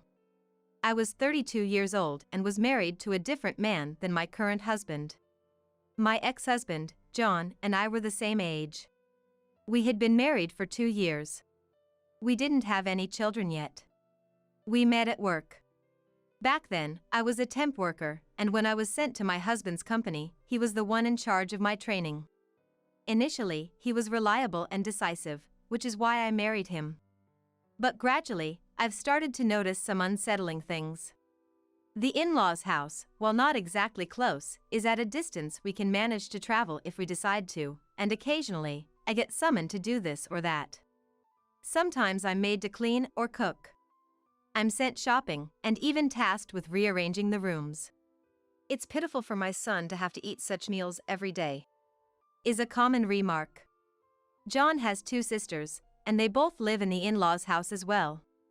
Even when I'm busy with chores at the in-laws' house, those 2 don't bother to help. Well, having them hovering around would be annoying anyway, so I don't mind, but I do wonder what they think. Do they see me as nothing more than a servant, being the wife of their brother? Since I don't live with them, I can bear it for a while and get through it without causing a fuss, as it's too much trouble to argue about every little thing. I guess this is what marriage is about. After all, we're all human, and not everyone gets along. Maybe they have complaints about me, too, and managing to get along on the surface is the best we can hope for. I try my best to follow their instructions, but the in-laws are the type to persistently nitpick and bully. I doubt I'll ever grow fond of them. And then they insist on living together. I can't comprehend the mentality of wanting to live with someone you don't like. It would be fine if John firmly refused, but for some reason, he sides with the in-laws' house and keeps nagging me. So, putting on a forced smile and skillfully dodging the issue has become our usual interaction. Until recently, John and I lived in the company housing of the company he worked for, but due to a significant change in income caused by his job change, we ended up living at my brother's house. We had to leave the company housing but couldn't find a new place to move to, and the deadline was approaching, so I consulted my brother and ended up staying with him. Incidentally, John changed jobs without consulting me. My parents moved to Anchorage, so only my brother was left at home. So now, it's John and I living with my brother in this house, which is quite spacious. Maybe that's why the in-laws' house people also wanted to move in. My brother, David, is 35 and is planning to get married in 2 months, in July. So honestly, it's not the time to let people from the in-laws' house move in, and we even want to move out before then. That's why I've been actively looking for a new place, but John doesn't seem too keen. I don't feel his intent to move out of this house. I can't just decide on a new place to move by myself, and while it's okay not to actively search for one, I at least wish he'd participate in the discussions. But whenever I talk about moving, he doesn't really listen and tries to change the subject quickly. I often wonder if he understands his position. Housework is mainly done by my brother or me, and he would casually take things from the fridge to snack on with his drinks. He seems way too relaxed. Well, I don't want him to be too mindful, but when living with your wife's brother, shouldn't a person be a bit more considerate? But then, I don't really know how people in such situations behave in other families, and maybe my husband is just tired from work. It's not something to get angry about, but I do find it somewhat awkward. One day, when my affection for my husband was gradually diminishing, an incident happened. My brother had to go on a long business trip and asked us to look after the house. So, for a while, it was just my husband and me living in the house, but then I received a call from my brother. I had a change of plans and will be coming back today. If I make it back before dinner, let's go out and have a nice meal with your husband. He informed me that he would be coming back earlier than planned. I had been on a day trip with a friend from early in the morning, but I planned to be back before dinner, so there was no problem. I was excited, thinking, brother's treat. On the way home, the roads were surprisingly clear, and the day trip ended earlier than expected. While walking home, wondering what to eat, and carrying souvenirs, I bumped into my brother on his way back. Chatting and laughing with my brother, we soon arrived in front of the house, only to see an unfamiliar truck parked there, and I could hear the voices of children and elderly people that I recognized. Wondering what it was, I saw John and his sister carrying out a familiar dresser. Moreover, the dresser they were taking was from my brother's room. What are you doing? I raised my voice and approached them, and his sister exclaimed, "Huh? Weren't you away on a business trip?" John turned pale. Hey! Come here! My brother dragged him into the house. I could hear noises coming from inside. From my brother's room. Following my brother dragging him, I headed to my brother's room, where I saw the aftermath of various items being moved out, and my husband's sister's 2 children and the in-laws freely roaming around. The one I saw in front of the house was Mia, who is 31 and married. She has 2 children, aged 6 and 4. There's also a 17-year-old sister in the in-laws' house, but she doesn't seem to be here today. What's the meaning of this mess? Oh? I heard you were out today. I came back. Now, answer my question. Well, we were thinking of moving in here. What? Who gave you permission for that? Permission? We're already family, so it's fine, isn't it? Besides, haven't we asked several times? And haven't we refused every time? This is utterly unreasonable. It's not a big deal. Stop being so selfish and learn to compromise a little. Don't mess with me, old woman. Just as I was about to get angry, my brother lost his temper. And rightly so. This is my brother's house. This is a waste of time dealing with such idiots. Hey, kick all these people out. My brother shouted at my husband. Mother-in-law Sophia was making a fuss about how the elderly are treated, but no one paid her any mind. The in-laws and Mia's children were pushed onto Mia, and they were forcibly sent away. My brother caught John as he was about to leave with them and angrily shoved him into the closet. Apparently, my brother was often locked in the closet when he was scolded as a child, so it was a reflex action. I was already losing affection for John, but I didn't intend to divorce him. However, this was just too much. It was a huge disappointment. What were you doing? Please, let me out of here. Answer the question, what were you doing? Don't stay silent, answer me. I'm scared. Scared? Can't you explain what you've done? I'm sorry, please forgive me. Before talking about forgiving, tell me what you did. I'm sorry. What kind of adult cries like that? Answer me quickly. Realizing that this conversation was going nowhere, my brother left John locked in the closet and went to inspect the room. We caught them taking out the dresser, but who knows what else they've stolen. And there were unfamiliar items scattered around. It seems they've also brought things in from somewhere else. I was tasked with making sure John didn't escape. It appears that most of the stolen items were from my brother's room. When my brother came back and kicked the closet while yelling, John screamed inside. My brother was quite heated, so I decided to conduct the interrogation. Hey, what were you doing? Planning to steal and sell things? By the way, the dresser that had been moved out was ordered to be put back by the culprits themselves. No, I wouldn't do that. Then where were you planning to take that dresser and the rest? Well, John clammed up, so my brother kicked the closet. John answered while raising his voice. I was going to put them in a rental storage. Why would you do that? Well, according to him, the arrangement was for Mia's family and her children to live in the in-laws' house, and in-laws, he and I were to live in this house. Of course, I knew nothing about it. He thought that if his own room disappeared, my brother would have to move out somewhere else. Don't you understand whose house this is? I'm sorry. Further probing revealed that they chose my brother's room because it gets the best sunlight, planning to make it the in-laws' room.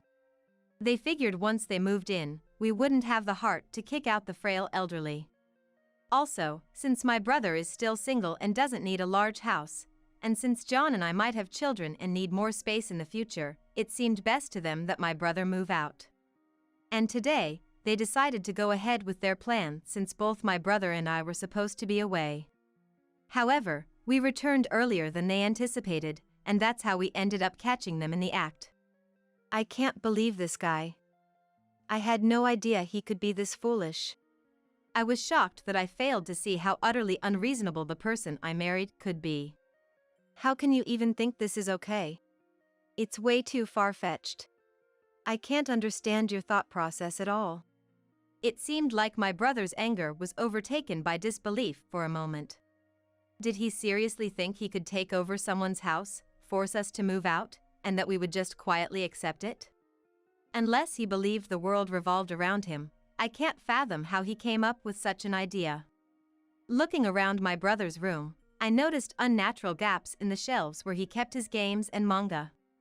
Hey, you took the games and manga, didn't you? Did you move those to the storage too? It felt odd if he was planning to move everything to the rental storage, so I asked, and John fell silent again. Answer me. I pounded on the closet, urging him to respond. I lent them to my sister. What? You can't just lend out someone else's stuff. He was spot on. I was planning to return them before you got back. That's not the point. Further questioning revealed that he had been doing this for some time, lending things out bit by bit so it wouldn't be noticed. This time, he got bold because my brother was away from home for a while.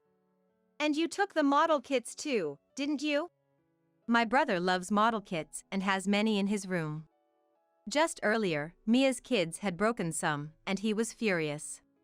He also has many unopened model kits in boxes. I don't quite understand it, but it seems to be a thing among model kit enthusiasts. He's been hoarding them, planning to build them eventually. I sometimes wonder why he buys so many, but they are his, after all. I just gave them away because my sister's kids wanted them. John confessed in a barely audible voice. Don't just give away someone's treasured items. Some of them are rare. Do you even understand your position? You moved in here because you don't earn enough, didn't you? And by the way, this house belongs to our parents. We've talked about this before, right? Even if you managed to drive my brother out, it wouldn't become yours. How can you not understand that? Don't disappoint me too much. The in-laws had been demanding we live together. I always brushed them off, but maybe I should have firmly refused, considering it came to this. Though, I never could have predicted something like this. My brother dragged John out. He was almost crying. My brother made him write a letter of reflection, while John meekly wrote the letter, stumbling over his words. This wasn't the kind of situation that could be resolved with a letter of reflection. Unsure what to do, I called our parents and reported what happened. They suggested calling the police and a lawyer, so I did as advised. The lawyer gave me a number to call, which was a relief. After the lawyer arrived and we discussed the situation, it turned out that the case was somewhat ambiguous, so we ended up settling. We had the in-laws write an affidavit, agreeing to sue them in civil court only if they breached the agreement. At the same time, I also discussed the possibility of divorcing him. Since we don't have children and don't share much property, the process should be smooth. The amount I could receive from the divorce settlement would be minimal, but considering our living situation, I wasn't expecting a large sum anyway. I had Mia return the items she had borrowed earlier. My brother was checking their condition. The manga had oil stains and some scribbles on it. The games and model kits seemed to be intact. We decided to have the in-laws take back all the manga and compensate us with new ones later. It seems the in-laws are quite weak when faced with authorities like the police or lawyers, as they complied quite obediently, which was frightening in its own way. When things had somewhat calmed down, I asked John again, and it turned out he thought it was unthinkable to refuse to live with the in-laws since we got along well with them. He assumed it was just out of politeness. He was sure that deep down, we wanted to live together. He thought that my brother-in-law, being kind, would give up his room for Mia's happiness. And wouldn't kick out the elderly since he's so kind. He was convinced that my brother would agree. I sighed. Did John mistake me and my brother for saints or something? Sure, I don't like the in-laws, but as a wife, I tried to maintain a proper relationship, and thanks to that, things seemed to go quite well on the surface. My brother also treated John with a certain degree of courtesy because he was my husband. I guess that's why he got the impression that we are kind people. But that's just a normal part of human interaction. In maintaining smooth human relations, people put on a mask, so to speak, utter social niceties, and say things they don't mean. And the other person, understanding that, doesn't take the words or attitudes at face value but tries to imagine the real intention behind them and thinks about how to react appropriately. In this way, while gauging the distance between each other, if one thinks the other person is someone they can get closer to, they gradually show their true selves. John was fatally bad at this. He tried to fit other people's feelings into a frame that was convenient for him. That's not how human relationships work. I explained all this to him. It might have been the last bit of sentiment I had for him as his wife. There are rare individuals who are thoroughly bad at this. Through interacting and engaging with many people in life, one gradually comes to understand and practice this. It's hard to explain and even harder to teach. The only solution is to gain experience by interacting with many people. I told him that this was what he needed. Whether he took my rather self-righteous lecture as just an expression of my anger or as words born from consideration for him, I left that for him to decide. At that point, I didn't feel enough attachment left to bother myself with him anymore. The in-laws were generally quiet.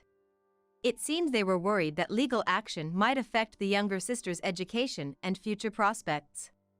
When I mentioned divorce, "You can't just decide to leave him," they initially protested. "Shall we proceed with mediation, then?" She fell silent. It turned out that Mia and her family were the reason why the in-laws wanted to move into our house. Mia had moved back into the in-laws' house some time ago, but she didn't do any housework, and her husband, despite working, didn't contribute to the household expenses. Her children were noisy and destructive, interfering with the younger sister's study for her exams. They thought our house would be quieter, and it would be an opportunity to educate me as a wife. They figured that once they moved their stuff in, we wouldn't be able to object strongly, and given the circumstances, we would accept them. This was how they convinced John and led to this whole mess. The apple doesn't fall far from the tree. I felt utterly drained all at once. John was currently packing up the items he had brought from the in-laws' house. A moving company was scheduled to pick them up in the afternoon. Of course, the in-laws were going to cover the cost. I was ready to put an end to this, but my brother seemed unsatisfied. Determined to straighten out John's character, he had him doing housework and cleaning. Until now, John always excused himself from helping by saying, "I'm too tired," while my brother and I did all the housework. Maybe my brother had also had enough of it. John had been too relaxed in our house, freely eating and drinking whatever he liked without helping with chores. It was okay, but it was frustrating how he just went about his business without a word, and things would be gone before we knew it. My brother wanted to settle that score before kicking him out. By the way, John and I were sleeping in separate rooms. We ate separately, and I didn't keep any personal gadgets like phones or computers in his room, just housing magazines. And miraculously, the divorce was finalized, and he finally left the house. The other day, my brother and I reminisced about the whole ordeal. After all that, I met another man, built a family, and now it's been over 30 years. Life sure has its ups and downs, but being able to look back calmly probably means I'm happy now.